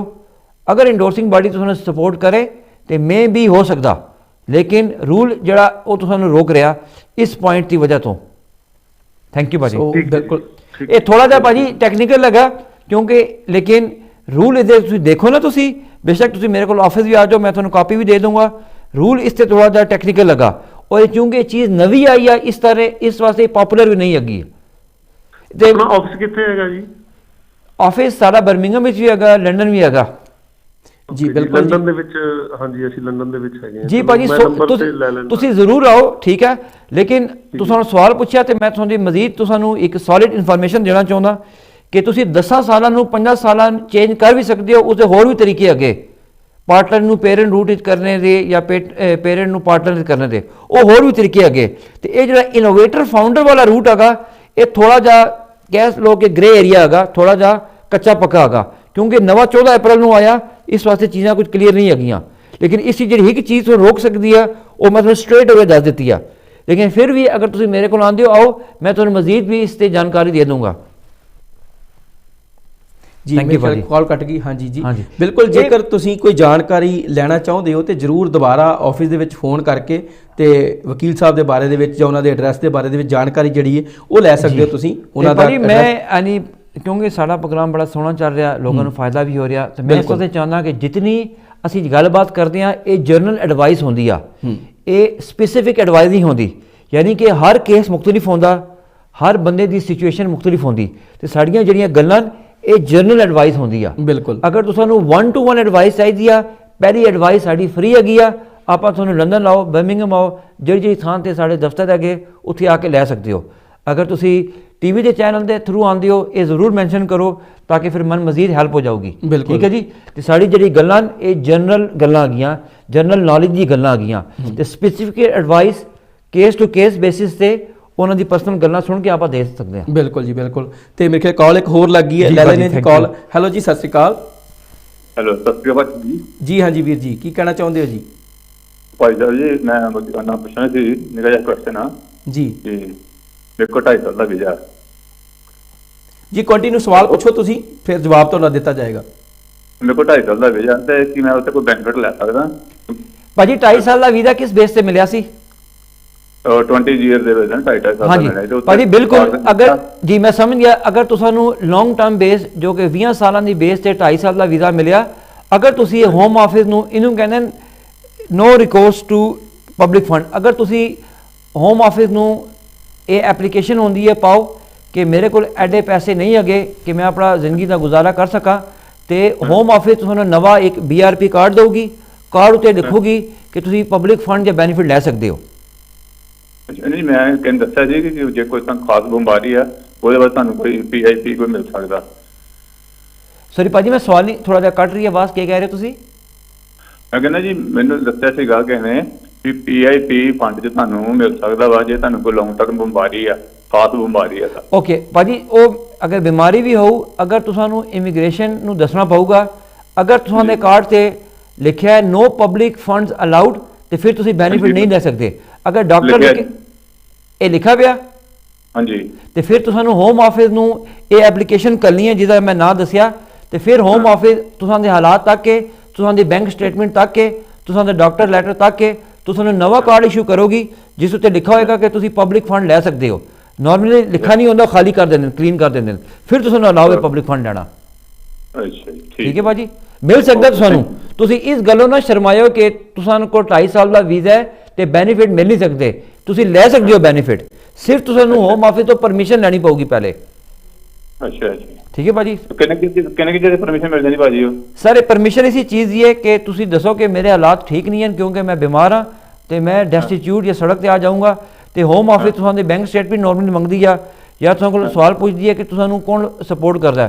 ਤੁਸੀਂ ਦੱਸੋ ਕਿ ਮੇਰੇ ਕੋਲ ਬਿਮਾਰ ਹੈਗਾ, ਕੋਈ ਸਿਰ ਤੇ ਹੋਰ ਕੋਈ ਬੰਦਾ ਨਹੀਂ ਹੈ ਜਿਹੜਾ ਮੇਰੇ ਰੋਟੀ ਕਮਾ ਕੇ ਦੇਵੇ, ਤੇ ਤੁਸੀਂ ਮੇਰੇ ਕਾਰਡ ਤੇ ਬੈਨੀਫਿਟ ਦੀ ਇਜਾਜ਼ਤ ਦੇ ਦਿਓ, ਤੇ ਉਹ ਨਾਰਮਲੀ ਤੁਹਾਨੂੰ ਦੇ ਦਿੰਦੇ ਨੇ। ਆਪਾਂ ਨੇ ਕਾਫੀ ਕੇਸ ਕੀਤੇ ਇਸ ਤਰ੍ਹਾਂ ਦੇ। ਠੀਕ ਹੈ, ਇਹਨੂੰ ਪਬਲਿਕ ਫੰਡਸ ਕਹਿੰਦੇ ਨੇ ਇਹ, ਜਾਂ ਪਬਲਿਕ ਬੈਨੀਫਿਟ ਲੈਣ ਦੀ ਇਜਾਜ਼ਤ ਕਹਿੰਦੇ ਨੇ। ਠੀਕ ਹੈ ਭਾਜੀ, ਓਕੇ, ਥੈਂਕ ਯੂ ਜੀ। ਸਤਿ ਸ਼੍ਰੀ ਅਕਾਲ ਜੀ। ਮੇਰੇ ਖਿਆਲ ਕਾਫੀ ਸਾਰੇ ਸਵਾਲ ਜਿਹੜੇ ਉਹਨਾਂ ਦੇ ਉਹ ਕਵਰ ਹੱਲ, ਹਾਂ ਬਿਲਕੁਲ, ਉਹ ਜਵਾਬ ਉਹਨਾਂ ਨੂੰ ਮਿਲ ਗਏ ਹੋਣਗੇ। ਸੋ ਸਵਾਲ ਸਾਡੇ ਲਗਭਗ ਜੇ ਕਿਹਾ ਜਾਵੇ ਤੇ ਜਿੰਨੇ ਵੀ ਸਾਡੇ ਸੀਗੇ ਉਹ ਗੱਲਬਾਤ ਜਿੰਨੀ ਕਿ ਅਸੀਂ ਜਾਣਕਾਰੀ ਤੁਹਾਡੇ ਕੋਲ ਚਾਹੁੰਦੇ ਸੀ ਉਹ ਲਗਭਗ ਹੁਣ ਤੱਕ ਮੈਨੂੰ ਲੱਗਦਾ ਸਾਡੇ ਨਾਲ ਪ੍ਰੋਗਰਾਮ ਦਾ ਟਾਈਮ ਘੱਟ ਅਗਰ ਹੋਊ ਤੇ ਇਹ ਦੱਸੋ ਕਿ ਆਪਾਂ ਇੰਡੀਆ ਵੀ ਜਾ ਰਹੇ ਹਾਂ। ਹਾਂ, ਮੈਂ ਉਹੀ ਉਸੇ ਪਾਸੇ ਹੋਣਾ ਚਾਹੁੰਦੇ ਸੀ ਮੇਰਾ ਸਵਾਲ। ਹਾਂਜੀ ਕਿ ਹਾਂ ਬਿਲਕੁਲ, ਤੁਸੀਂ ਟੂਰ ਜਿਹੜਾ ਲੈ ਕੇ ਜਾ ਰਹੇ ਹੋ ਤੁਸੀਂ ਇਮੀਗ੍ਰੇਸ਼ਨ ਦੇ ਮਸਲਿਆਂ ਦੇ ਉੱਪਰ, ਕਿ ਜਿਹੜੇ ਉੱਥੇ ਵੀ ਜਿਹੜੇ ਜਿੱਦਾਂ ਹੁਣ ਬਹੁਤ ਸਾਰੇ ਲੋਕ ਇੱਥੇ ਬੈਠੇ ਨੇ ਉਹਨਾਂ ਦੇ ਰਿਸ਼ਤੇਦਾਰ ਉੱਥੇ ਤੁਹਾਨੂੰ ਮਿਲਣਾ ਚਾਹੁੰਦੇ ਨੇ, ਤੇ ਕਿੰਨੇ ਦਿਨ ਦਾ ਤੁਹਾਡਾ ਟੂਰ ਆ? ਜੀ ਭਾਜੀ, ਸਭ ਤੋਂ ਪਹਿਲੇ ਤੇ ਰੱਬ ਦਾ ਸ਼ੁਕਰਾਨਾ ਹੈ ਕਿ ਅਸੀਂ ਇਸ ਕਾਬਲ ਹੋਏ ਹਾਂ ਕਿ ਪੰਜਾਬ ਵੀ ਜਾ ਰਹੇ ਹਾਂ, ਇੰਡੀਆ ਜਾ ਰਹੇ ਹਾਂ, ਤੇ ਜੂਨ ਦੇ ਅਸੀਂ ਦੂਜੇ ਹਫਤੇ ਜਾਵਾਂਗੇ ਜੀ। ਤਕਰੀਬਨ 8 ਦਿਨਾਂ ਦਾ ਟੂਰ ਹੈਗਾ, ਤੇ ਉੱਥੇ ਆਪਾਂ ਪੰਜਾਬ ਵਿੱਚ ਹੋਵਾਂਗੇ। ਤੇ ਜਿਸ ਭੈਣ ਭਾਈ ਨੂੰ ਕੋਈ ਵੀ ਮਸਲਾ ਹੋਵੇ, ਭਲੇ ਇਮੀਗ੍ਰੇਸ਼ਨ ਦੇ ਦੁਆਰੇ, ਭਲੇ ਇਨਵੈਸਟਮੈਂਟ ਦੇ ਲਿਹਾਜ਼ ਨਾਲ, ਵਰਕ ਪਰਮਿਟ, ਜਾਂ ਜਿਨ੍ਹਾਂ ਦੇ ਬੱਚੇ ਇੱਥੇ ਪੜ੍ਹਨ ਵਾਸਤੇ ਆਉਣਾ ਚਾਹੁੰਦੇ, ਜਾਂ ਜਿਨ੍ਹਾਂ ਦੇ ਕੋਈ ਹੋਰ ਮਸਲੇ ਮਸਾਇਲ ਹੋਣ, ਉਹ ਮੇਰੇ ਕੋਲ ਇਨ ਪਰਸਨ ਚੰਡੀਗੜ੍ਹ ਵਿੱਚ ਮੈਂ ਹੋਊਂਗਾ, ਉੱਥੇ ਮਿਲ ਸਕਦੇ। ਤੇ ਮੈਨੂੰ ਵੀ ਖੁਸ਼ੀ ਹੋਏਗੀ ਕਿਉਂਕਿ ਮੈਂ ਪਹਿਲੀ ਦਫਾ ਜਾ ਰਿਹਾ ਜੀ, ਤੇ ਲੋਕਾਂ ਨੂੰ ਵੀ ਆਮ ਸ਼ੋਰ ਕਿ ਉੱਥੇ ਸਾਡੇ ਪਿਆਰ ਕਰਨੇ ਵਾਲੇ ਕਾਫੀ ਲੋਕ ਹੈਗੇ। ਬਿਲਕੁਲ ਜੀ, ਬਿਲਕੁਲ। ਵੈਸੇ ਤੇ ਤੁਸੀਂ ਇੱਥੇ ਵੀ ਬਹੁਤ ਵਧੀਆ ਕੰਮ, ਬੜੇ ਹਮੇਸ਼ਾ ਹੀ ਜਿੱਦਾਂ ਆਪਣਾ ਸਮਾਂ ਕੱਢ ਕੇ ਤੁਸੀਂ ਪਹੁੰਚਦੇ ਹੋ, ਤੇ ਜਿਹੜੇ ਸਵਾਲ ਸਾਡੇ ਦਰਸ਼ਕਾਂ ਦੇ ਹੁੰਦੇ ਨੇ ਜਾਂ ਕੁਝ ਸਾਡੇ ਹੁੰਦੇ ਨੇ ਇਮੀਗ੍ਰੇਸ਼ਨ ਦੇ ਮਸਲਿਆਂ ਦੇ ਉੱਪਰ, ਉਹ ਸਾਰੇ ਸਵਾਲਾਂ ਦੇ ਜਵਾਬ ਜਿਹੜੇ ਆ ਉਹ ਬੜੀ ਤਰਤੀਬਵਾਰ, ਬੜੀ ਵਿਆਖਿਆ ਦੇ ਵਿੱਚ, ਬੜੇ ਸੰਖੇਪ ਦੇ ਵਿੱਚ ਜੇ ਕਿਹਾ ਜਾਵੇ ਤਾਂ ਬੜੇ ਤਰੀਕੇ ਦੇ ਨਾਲ ਤੁਸੀਂ ਸਾਰੇ ਜਿਹੜੇ ਸਵਾਲਾਂ ਦੇ ਹੱਲ ਉਹ ਦੱਸ ਦਿੰਦੇ ਹੋ। ਜੇਕਰ ਹੋਰ ਵੀ ਕੋਈ ਸਵਾਲ ਜਿਹੜੇ ਹੁੰਦੇ ਨੇ ਤੇ ਉਹ ਵੀ ਜਿਹੜੇ ਦਰਸ਼ਕ ਜਿਹੜੇ ਆ ਬਾਅਦ ਦੇ ਵਿੱਚ ਵੀ ਪੁੱਛ ਲੈਂਦੇ, ਸਾਨੂੰ ਲਿਖਾਏ ਹੁੰਦੇ ਨੇ, ਉਹ ਆਲਰੇਡੀ ਤੁਹਾਡੇ ਕੋਲ ਪੁੱਛੇ ਜਾ ਸਕਦੇ ਨੇ ਜਾਂ ਪੁੱਛ ਲੈਂਦੇ ਆ। ਤੇ ਜੇਕਰ ਹੋਰ ਵੀ ਕੋਈ ਜਾਣਕਾਰੀ ਤੁਸੀਂ ਸਾਂਝੀ ਕਰਨਾ ਚਾਹੁੰਦੇ ਇਮੀਗ੍ਰੇਸ਼ਨ ਦੇ ਬਾਰੇ, ਜਿਹੜੀ ਮੈਂ ਬੜੀ ਜ਼ਰੂਰੀ ਇਨਫੋਰਮੇਸ਼ਨ ਦੇਣਾ ਚਾਹੁੰਦਾ ਵਾਂ, ਅਗਰ ਤੁਹਾਨੂੰ ਯਾਦ ਹੋਵੇ ਇੱਕ ਅੰਦਾਜ਼ੇ ਦੇ ਮੁਤਾਬਿਕ ਯੂਕੇ 1.5 ਮਿਲੀਅਨ ਲੋਕੀ ਜਿਹੜੇ ਰਹਿ ਰਹੇ ਬਿਨਾਂ ਪਰਮਿਸ਼ਨ ਤੋਂ ਰਹਿ ਰਹੇ, ਇਲੀਗਲ ਰਹਿ ਰਹੇ, ਠੀਕ ਹੈ। ਔਰ 2021 ਜਦੋਂ ਅਸੀਂ ਪਾਰਲੀਮੈਂਟ ਦੇ ਸਾਹਮਣੇ ਐਮਨੈਸਟੀ ਦੀ ਅਰਦਾਸ ਕੀਤੀ ਸੀ ਕਿ ਦਿੱਤੀ ਜਾਊ, ਤੇ ਮੈਂ ਉਸ ਟਾਈਮ ਇਹ ਪ੍ਰੋਗਰਾਮ ਤੇ ਗੱਲ ਆਖੀ ਸੀ ਉਸ ਟਾਈਮ ਟੀਵੀ ਸ਼ੋਅ ਤੇ ਜੀ ਕਿ ਜਿਸ ਲਿਹਾਜ਼ ਨਾਲ ਸਟੂਡੈਂਟ ਇੱਥੇ ਆ ਰਹੇ ਨੇ ਆਉਣਗੇ ਇਹ ਤਾਦਾਦ ਬਹੁਤ ਜ਼ਿਆਦਾ ਉੱਤੇ ਜਾਊਗੀ। ਬਿਲਕੁਲ। ਔਰ ਅਨਫੋਰਚੂਨੇਟਲੀ ਸੀ ਸਾਡੇ ਪੰਜਾਬੀ ਜਿਹੜੇ ਜਵਾਕ ਅੱਗੇ, ਪੰਜਾਬੀ ਸਟੂਡੈਂਟ ਅੱਗੇ, ਕੁੜੀਆਂ ਮੁੰਡੇ ਉਹ ਬਹੁਤ ਜ਼ਿਆਦਾ ਅੱਗੇ। ਤੇ ਮੈਂ ਪੰਜਾਬ ਵੀ ਜਾ ਕੇ ਜਿਹੜਾ ਪਹਿਲਾ ਕੰਮ ਕਰੂੰਗਾ ਉਹਨਾਂ ਨੂੰ ਇਹੀ ਦੱਸੂੰਗਾ ਕਿ ਤੁਸੀਂ ਠੀਕ ਤਰੀਕੇ ਨਾਲ ਯੂਕੇ ਆਓ। ਬਿਲਕੁਲ। ਅਗਰ ਤੁਸੀਂ ਸਟੱਡੀ ਵਾਸਤੇ ਆਉਣਾ ਚਾਹੁੰਦੇ ਹੋ ਤੇ ਮੇਕ ਸ਼ੋਰ ਕਰੋ ਸਟੱਡੀ ਕਰੋ, ਤੁਸੀਂ ਸਟੱਡੀ ਦੀ ਨੀਅਤ ਕਰੋ। ਬਿਲਕੁਲ। ਤੁਸੀਂ ਵਿਜ਼ਿਟ ਵੀਜ਼ਾ ਤੇ ਆਉਣਾ ਚਾਹੁੰਦੇ ਹੋ ਤੇ ਮੇਕ ਸ਼ੋਰ ਕਰੋ ਤੁਸੀਂ ਵਿਜ਼ਿਟ ਕਰਕੇ ਵਾਪਸ ਜਾਓ, ਕਿਉਂਕਿ ਬਹੁਤ ਸਾਰੀਆਂ ਚੀਜ਼ਾਂ ਗਲਤ ਦੱਸੀਆਂ ਜਾਂਦੀਆਂ, ਬਹੁਤ ਸਾਰੇ ਵੀਜ਼ੇ ਗਲਤ ਪਲਾਨ ਹੁੰਦੇ, ਬਹੁਤ ਸਾਰੇ ਜਿਹੜੇ ਲੋਕੀ ਆਉਂਦੇ ਉਹ ਕਰਜ਼ੇ ਚੁੱਕ ਕੇ ਆਉਂਦੇ ਇਸ ਨੀਅਤ ਨਾਲ ਕਿ ਇੱਥੇ ਆ ਕੇ ਅਸੀਂ ਦਰਖਤਾਂ ਤੋਂ ਨੋਟ ਲਾ ਕੇ ਪਿੱਛੇ ਭੇਜ ਲੈਣ। ਤੇ ਇਹ ਜਦੋਂ ਚੀਜ਼ੇ ਇਹ ਸਾਰੇ ਬੰਦੇ ਜਿੱਥੇ ਇੱਥੋਂ ਆਉਂਦੇ ਉਹਨਾਂ ਦੇ ਸੁਪਨੇ ਸਵਾਕਾਰ ਨਹੀਂ ਹੁੰਦੇ ਤੇ ਉਹ ਫਿਰ ਗਲਤ ਹੱਥਾਂ ਚੜ੍ਹ ਜਾਂਦੇ, ਉਹ ਇਲੀਗਲ ਹੋ ਜਾਂਦੇ, ਉਹ ਇੱਥੇ ਆ ਕੇ ਝੂਠ ਮੂਠ ਦਾ ਅਸਾਈਲਮ ਅਪਲਾਈ ਕਰਦੇ। ਤੇ ਆਪਾਂ ਨੇ ਇਹ ਚੀਜ਼ਾਂ ਜਾ ਕੇ ਗ੍ਰਾਸ ਰੂਟ ਲੈਵਲ ਤੇ ਲੋਕਾਂ ਨੂੰ ਦੱਸਣੀਆਂ, ਐਜੂਕੇਟ ਕਰਨੀਆਂ। ਯਾਨੀ ਕਿ ਅਗਰ ਕਿਸੇ ਬਿਲਡਿੰਗ ਨੂੰ ਤੁਸੀਂ ਬਣਾਉਂਦੇ ਹੋ, ਉਹਦੀ ਦੀਵਾਰ ਨੂੰ ਬਣਾਉਂਦੇ ਹੋ, ਉਹਦੀ ਨੀਂਹਾਂ ਅਗਰ ਸਿੱਧੀਆਂ ਨਹੀਂ ਹੋਣਗੀਆਂ ਨਾ ਉਹ ਦੀਵਾਰ ਵੀ ਕਦੇ ਸਿੱਧੀ ਨਹੀਂ ਹੋਊਗੀ। ਬਿਲਕੁਲ। ਤੇ ਆਪਾਂ ਨੇ ਉਸ ਗ੍ਰਾਸ ਰੂਟ ਲੈਵਲ ਤੇ ਜਾ ਕੇ ਆਪਣੇ ਆਉਣੇ ਵਾਲੇ ਜਿਹੜੇ ਪੰਜਾਬੀ ਭੈਣ ਭਾਈ ਅੱਗੇ ਇਹ ਦੱਸਣਾ ਕਿ ਕਿਸ ਮਕਸਦ ਵਾਸਤੇ ਤੁਸੀਂ ਇੱਥੇ ਆਓ ਤੇ ਪੱਕੇ ਹੋਗੇ। ਅਗਰ ਤੁਸੀਂ ਪੱਕਾ ਹੋਣਾ ਤੇ ਤੁਸੀਂ ਵਰਕ ਪਰਮਿਟ ਅਪਲਾਈ ਕਰੋ। ਅਗਰ ਤੁਸੀਂ ਬਿਜ਼ਨਸ ਦੇ ਪੈਸੇ ਇਨਵੈਸਟ ਕਰਨੇ ਤੇ ਬਿਜ਼ਨਸ ਵੀਜ਼ੇ ਤੇ ਆਓ। ਅਗਰ ਤੁਸੀਂ ਸਿਰਫ ਘੁੰਮਣ ਫਿਰਨ ਆਉਣਾ ਤੇ ਸਿਰਫ ਘੁੰਮਣ ਫਿਰਨ ਵਾਸਤੇ ਆਓ। ਆਉਣੇ ਵਾਲੇ ਦੌਰ ਵਿੱਚ ਯੂਕੇ ਤੁਹਾਨੂੰ ਖੁੱਲੀ ਛੁੱਟੀ ਨਹੀਂ ਦੇਊਗਾ। ਆਉਣੇ ਵਾਲੇ ਦੌਰ ਵਿੱਚ ਯੂਕੇ ਹੁਣ ਬ੍ਰੈਕਸਿਟ ਤੋਂ ਬਾਹਰ ਹੋ ਗਿਆ, ਬ੍ਰੈਕਸਿਟ ਤੋਂ ਬਾਅਦ ਯੂਰਪ ਤੋਂ ਬਾਹਰ ਹੋ ਗਿਆ ਤੇ ਤੁਹਾਨੂੰ ਇਤਨੀ ਇੱਥੇ ਟੈਕਨੋਲੋਜੀ ਹੈ ਕਿ ਬੰਦਾ ਕਿਸੇ ਵੀ ਚੌਰਾਹੇ ਤੋਂ ਕਿਸੇ ਵੀ ਥਾਂ ਤੇ ਫੜਿਆ ਜਾ ਸਕਦਾ। ਤੇ ਉਹ ਤੁਸੀਂ ਹੁਣ 20 ਸਾਲਾਂ ਦੀ ਜ਼ਿੰਦਗੀ ਚੋਰੀ ਛੁਪ ਕੇ ਨਹੀਂ ਗੁਜ਼ਾਰੀ ਜੇ ਕਿ ਸਾਡੇ ਪੁਰਾਣਿਆਂ ਜਾਂ ਜਿਹੜੇ ਲੋਕਾਂ ਨੇ ਪਹਿਲੇ ਗੁਜ਼ਾਰੀ। ਮੈਂ ਇਹ ਨਹੀਂ ਚਾਹੁੰਦਾ ਕਿ ਨੌਜਵਾਨ ਆਪਣੀ ਜਾਂ ਕੁੜੀਆਂ ਮੁੰਡੇ ਆ ਕੇ ਆਪਣੀ ਜ਼ਿੰਦਗੀ ਤਬਾਹ ਕਰਨ। ਖਾਸ ਕਰ ਇੰਡੀਆ ਇੱਕ ਨਵੇਂ ਦੌਰ 'ਚ ਆ ਗਿਆ, ਇਕਾਨਮੀ ਵੱਧ ਰਹੀ ਆ, ਜ਼ਿੰਦਗੀ ਤਰੱਕੀਆਂ ਹੋ ਰਹੀਆਂ ਤੇ ਹੁਣ ਇਲੀਗਲ ਰਹਿਣ ਦਾ ਕੋਈ ਸਵਾਲ ਪੈਦਾ ਨਹੀਂ ਹੁੰਦਾ। ਸੋ ਮੇਰੇ ਖਿਆਲ ਸਮਾਂ ਜਿਹੜਾ ਸਾਡਾ ਉਹ ਕੰਪਲੀਟ ਹੋ ਚੁੱਕਿਆ ਜੀ।